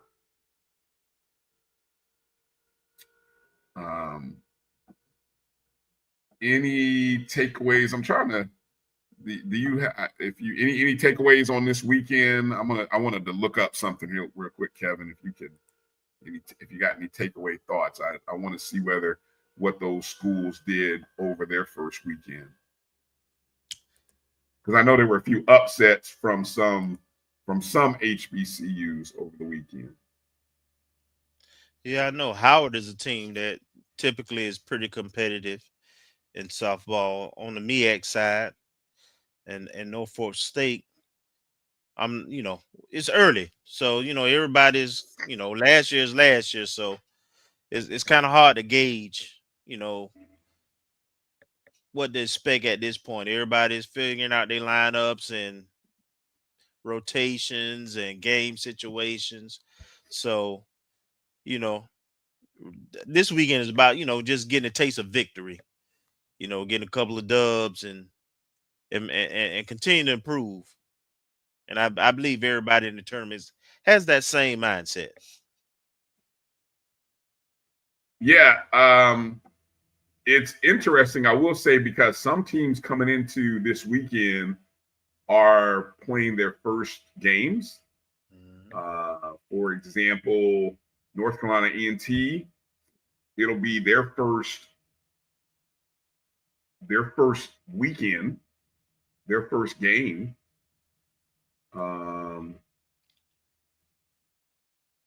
Will be against us of the season. The Leonard Moody HBCU Collegiate Invitational is the name of the event. But for example, Howard comes in with a 2-1 record. Howard got a couple of wins against Drexel over the weekend. They lost to West Georgia by 1 run. So Howard comes in with a couple wins under their belt. When we play Coppin State, this weekend's event is the first games for Coppin State. It looks like the games will be broadcast on HBCU Plus. I'm not seeing that on our FAMU Athletics site, but when I take a look over at Coppin State's site, they do list that the games are on HBCU Plus. So for those of you who are familiar with that app or with that site, you can go check that out. The games are being played at the Turner Lake Softball Complex. Turner Lake Softball Complex. Okay. Some other SWAC schools that'll be in attendance. Southern will be there. Alcorn State, Prairie View, Jackson State, Grambling State, all will be in attendance. and kind of looking at the schedule, you know, Kelvin, I mentioned if you see some familiarity with the teams we're playing, right? Right? They're all former what? MEAC schools, yeah. And so I think the format, the way they have this thing set up is MEAC schools taking on SWAC schools, because obviously we don't play any of the SWAC teams that are in it. And for example, I'm just bumping around on the sites, you know, North Carolina Central, they play all the SWAC schools that are there. Same thing for Howard. So I think, I don't know, you know, poor research and planning here on my part. I don't have the full schedule, but if I'm just basing it off our schedule and then I go look at the teams we play, I think that's how it's set up. Yeah, and that makes sense.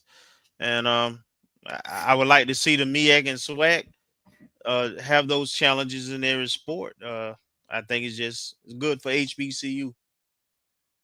Exactly. So props to the organizers of this event. You know, it's the one thing I will say, it's interesting that everybody's site calls it something a little bit different, from the HBCU Collegiate Invitational to the Leonard Moody HBCU Collegiate Invitational to the HBCU Classic Tournament. I'm seeing all. I think whoever is working with the schools might want to refine and kind of work with the schools on making sure that they have the right name and the brand identity of the event and where it's being broadcast, because as Corinthians says, all the games will be on HBCU Plus. So you will be able to see the Rattlers, Lady Rattlers, this weekend, noon Friday, Valentine's Day, against North Carolina A&T and Howard. All right. Well, we do have a winner for our contest, Kelvin. We got a winner. Demetra correctly named it. Milton's season high this year, 27 points back on January 13th against Grambling. So, Demetra, I think we have your contact information, but do me a favor, Demetra, just in case, send an email to O&G StrikeZone@gmail.com, and I will coordinate with you and Marcus, and we'll get you those tickets, or that ticket. I want to be clear. It's not two, it's one. You know, I don't want you to think it's two tickets. It's one ticket. Don't want to get in trouble there. Okay. Baseball.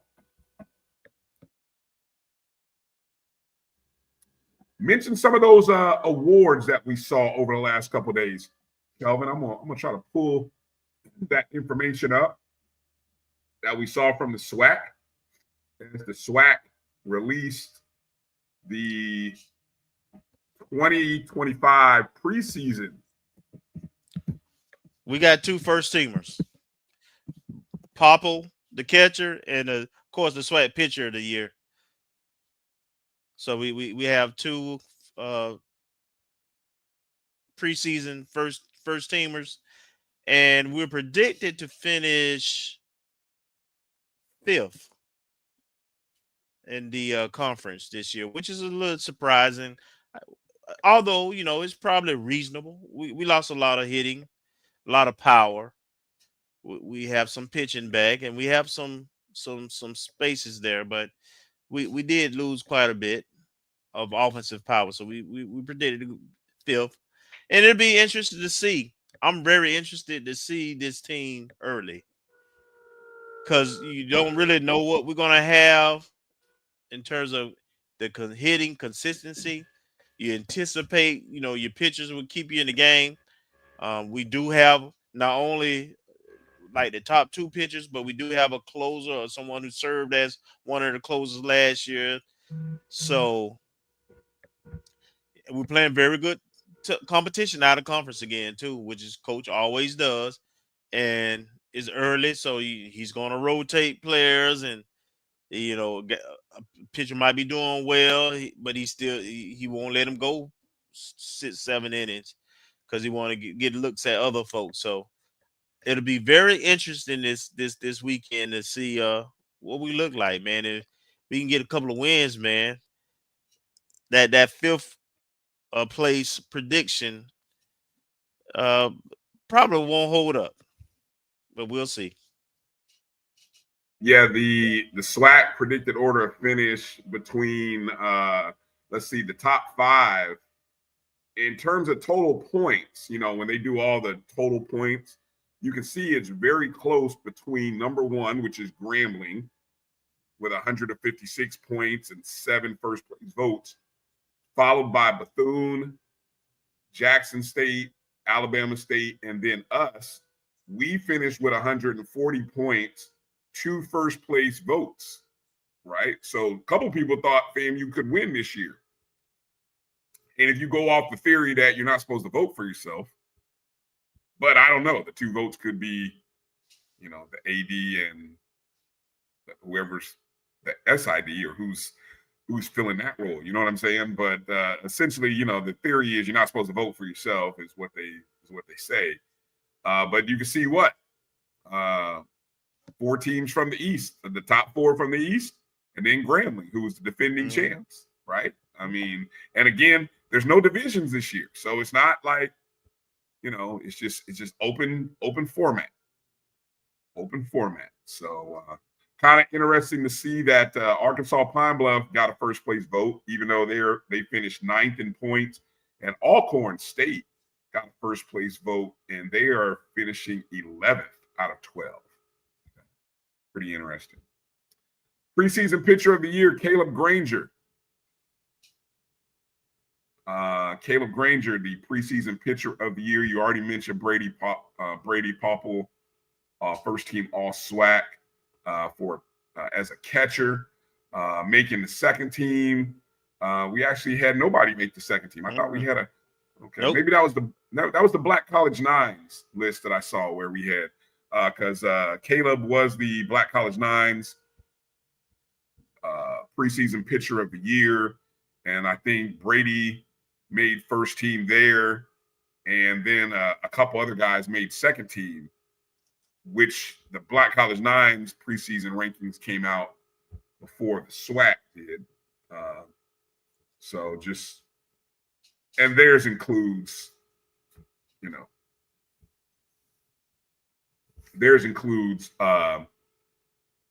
even though most of the D1s are SWAC, I mean, outside of who else is left now? A&T. Who else from a Division I level? There's not that many though. I don't think, but they're in terms of HBCUs, I don't think they're but maybe 14 or 15. I know there was a group of schools that when the MEAC folded baseball, they went up to the NEC. So I think you may have like Norfolk State and a few other schools that moved up to the NEC.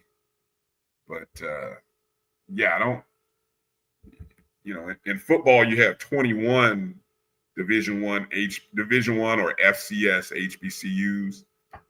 Baseball though, you only have I don't think you have you don't have 18, put it like that. I don't think it's that many. Right. The only MEAC schools that I think have baseball remaining is the 2 Maryland, the UMass, Coppin, and Norfolk State. Okay. Yeah, that sounds about right.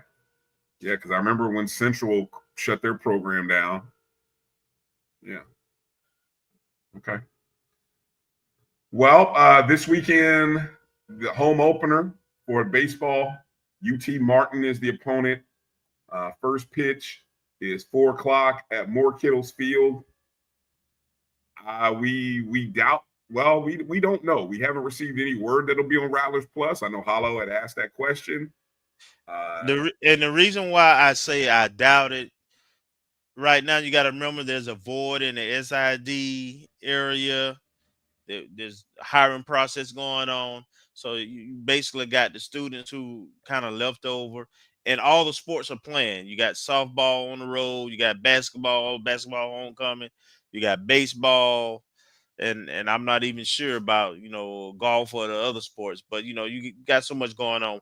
I don't think we have the personnel as well as the leadership to be able to do a Rattler Plus production, both with basketball and baseball. So I wouldn't anticipate baseball being shown, but basketball will.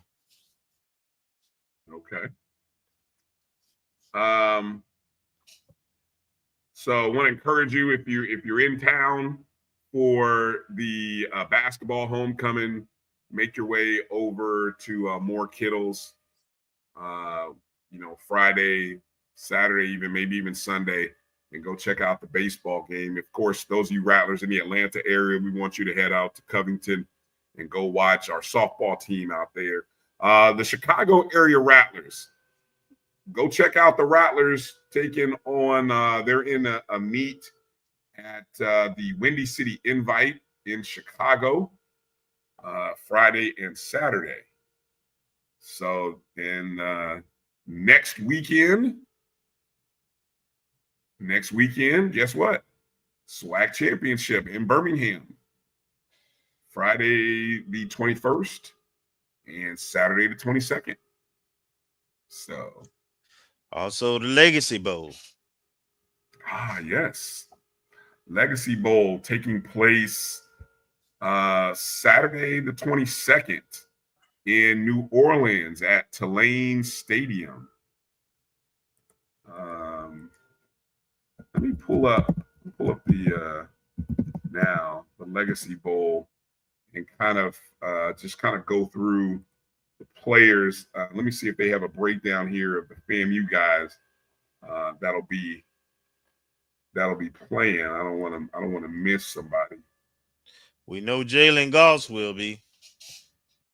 Mm-hmm. I know Richardson, the quarterback. Let's see. Now, according to this website, we've got Kendall Bowler that's supposed to be in it.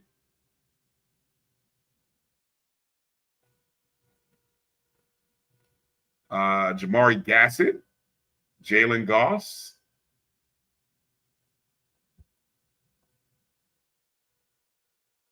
Let's see if I come across Daniel Richardson. Mm-hmm. It's a nice little all-star group, and that's all the names that I see. Yes. So we've got four Rattlers that'll be there, and I believe they are doing NFL Combine, mm-hmm. which I believe will also be aired. That will be available on whether it be some kind of streaming platform or maybe even the NFL Network, but that'll be online as well. I know that was something that was a touchy subject a year ago, if I'm not mistaken. So hopefully that'll be there. All right. Yeah, and there's a nice video circulating with Steve Weiss, a friend of the show, NFL Network, mm-hmm. and one of the organizers of the HBC Legacy Bowl, talking with Xavier Smith, and how that was that opportunity to kind of help launch him to get on the radar of some teams, and it assisted him as in getting an NFL opportunity, and then him being able to land on an NFL squad. Right. All right. What else did I leave out? Anything that I've missed? I know we covered a lot of heavy basketball today, but seemed fitting. Bowling season is over with. It ended. It was tough season. That was quick. It was quick. It was here. Hey, it was here and gone before I even knew.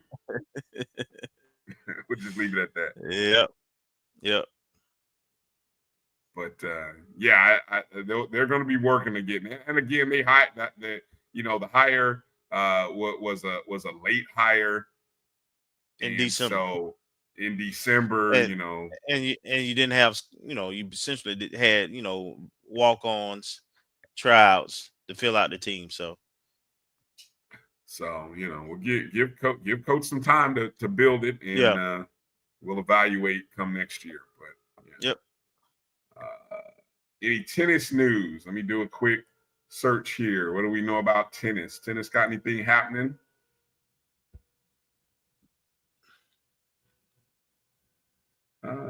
Let's see. I don't see anything. Try to pull up something here real quick. I know we just let's see. We came up short against USF. Schedule-wise, next up for the tennis program, Florida State match on the 16th of February in 3 days. So what is that? That is Sunday. Sunday, 4 o'clock against Florida State.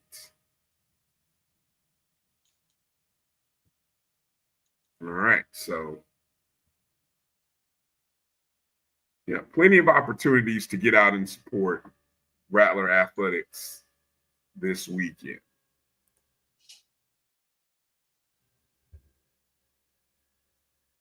I think I got it all, Kelvin. I think we got it all. I think, look what time it is. We might even be able to get out of here before. Yes, sir. Before it gets the yes, stroke sir. of 11 o'clock. Yeah, let's do it before you get long-winded. You were gonna say something. I knew you just couldn't let it go. See, I was trying to get out of here, but you couldn't avoid taking a shot. All right. Well, just a little personal note. I will be in Houston, Texas this weekend. The Black College Sports Network will be broadcasting the Cactus Jack Baseball Classic live from the ballpark where the Houston Astros play. That's going to be an amazing ballpark. Hopefully one day FAMU will get into this. I know we do so many things, but I'd love for FAMU to get an opportunity to come be a part of this Cactus Jack. So I'll report back next week on that. You will be, of course, in Lawson with the rest, hopefully with plus 2,000 to 3,000 more Rattlers in the house. That's the hope. That's the hope, man. If we can get plus 2,000 to 3,000 more people on top of the already people who coming, man, it'd be great to see what kind of crowd you guys can get bring. the students out. Can we get 2,000 students to show up? Man, I think everybody would love to know ideas on how to get the students out. Man. I don't know. I mean, it's a free ticket. I saw somebody post in the chat about the high school students. Wasn't there a promotion that high school students can get in free? On the Thursdays and Monday games, yes. Okay, so the Thursday and Monday games, high school students can get in free, right? Mm-hmm. Just bring your school, your school ID or something like that? That's my assumption. I don't know exactly how it works, but I know that's the promo. It's trying to get kids out it's tough. It's new these days. I don't know. Jesus, got to find one of those social media influencers and get them activated with this student body. I don't know what it takes these days, but I know our department is working. I know we're working. But more importantly, as our teams keep winning and we keep sharing the great stories of some of our student athletes like Milton Matthews and our coaches like Coach Pat and then Coach Gordon and Cheyenne McEvans on the women's side, just great people, great stories. You guys will hopefully continue to share this show and share these segments, and they'll eventually see, and they'll want to get on board. They want to get on board. So that's going to do it for tonight's show. You can support the show any number of ways. You see the Cash App right there at the bottom of the screen. You could also become a JBN subscriber as well and support the show in that manner. We appreciate all of your love and support. Make sure you hit the thumbs up, the like button as you're leaving. And please make sure you follow, and very important to share the show with the family. One person, 2 people. Hey, if you shared it with 5, that's a blessing. But one person adds up, and let them know about us. let them know how they can get some great content about FAMU athletics all year round. So for Marcus Green and Kelvin Rozier, I'm Bryan Fulford. Make sure to hit the thumbs and the like button. Go follow Coach Pat on Instagram and on X. And I don't know if Milton's on X or Instagram, but if he is, make sure to follow him, find him, and make sure to show him some love and support and thank him for coming on the show. All right, guys, have a great week. And hey, fangs up, and let's go to make sure, Rattler Nation, that we strike, and strike again as our visitors from Mississippi are coming in town and all over the place. So, all right, folks, we're out of here. Peace out.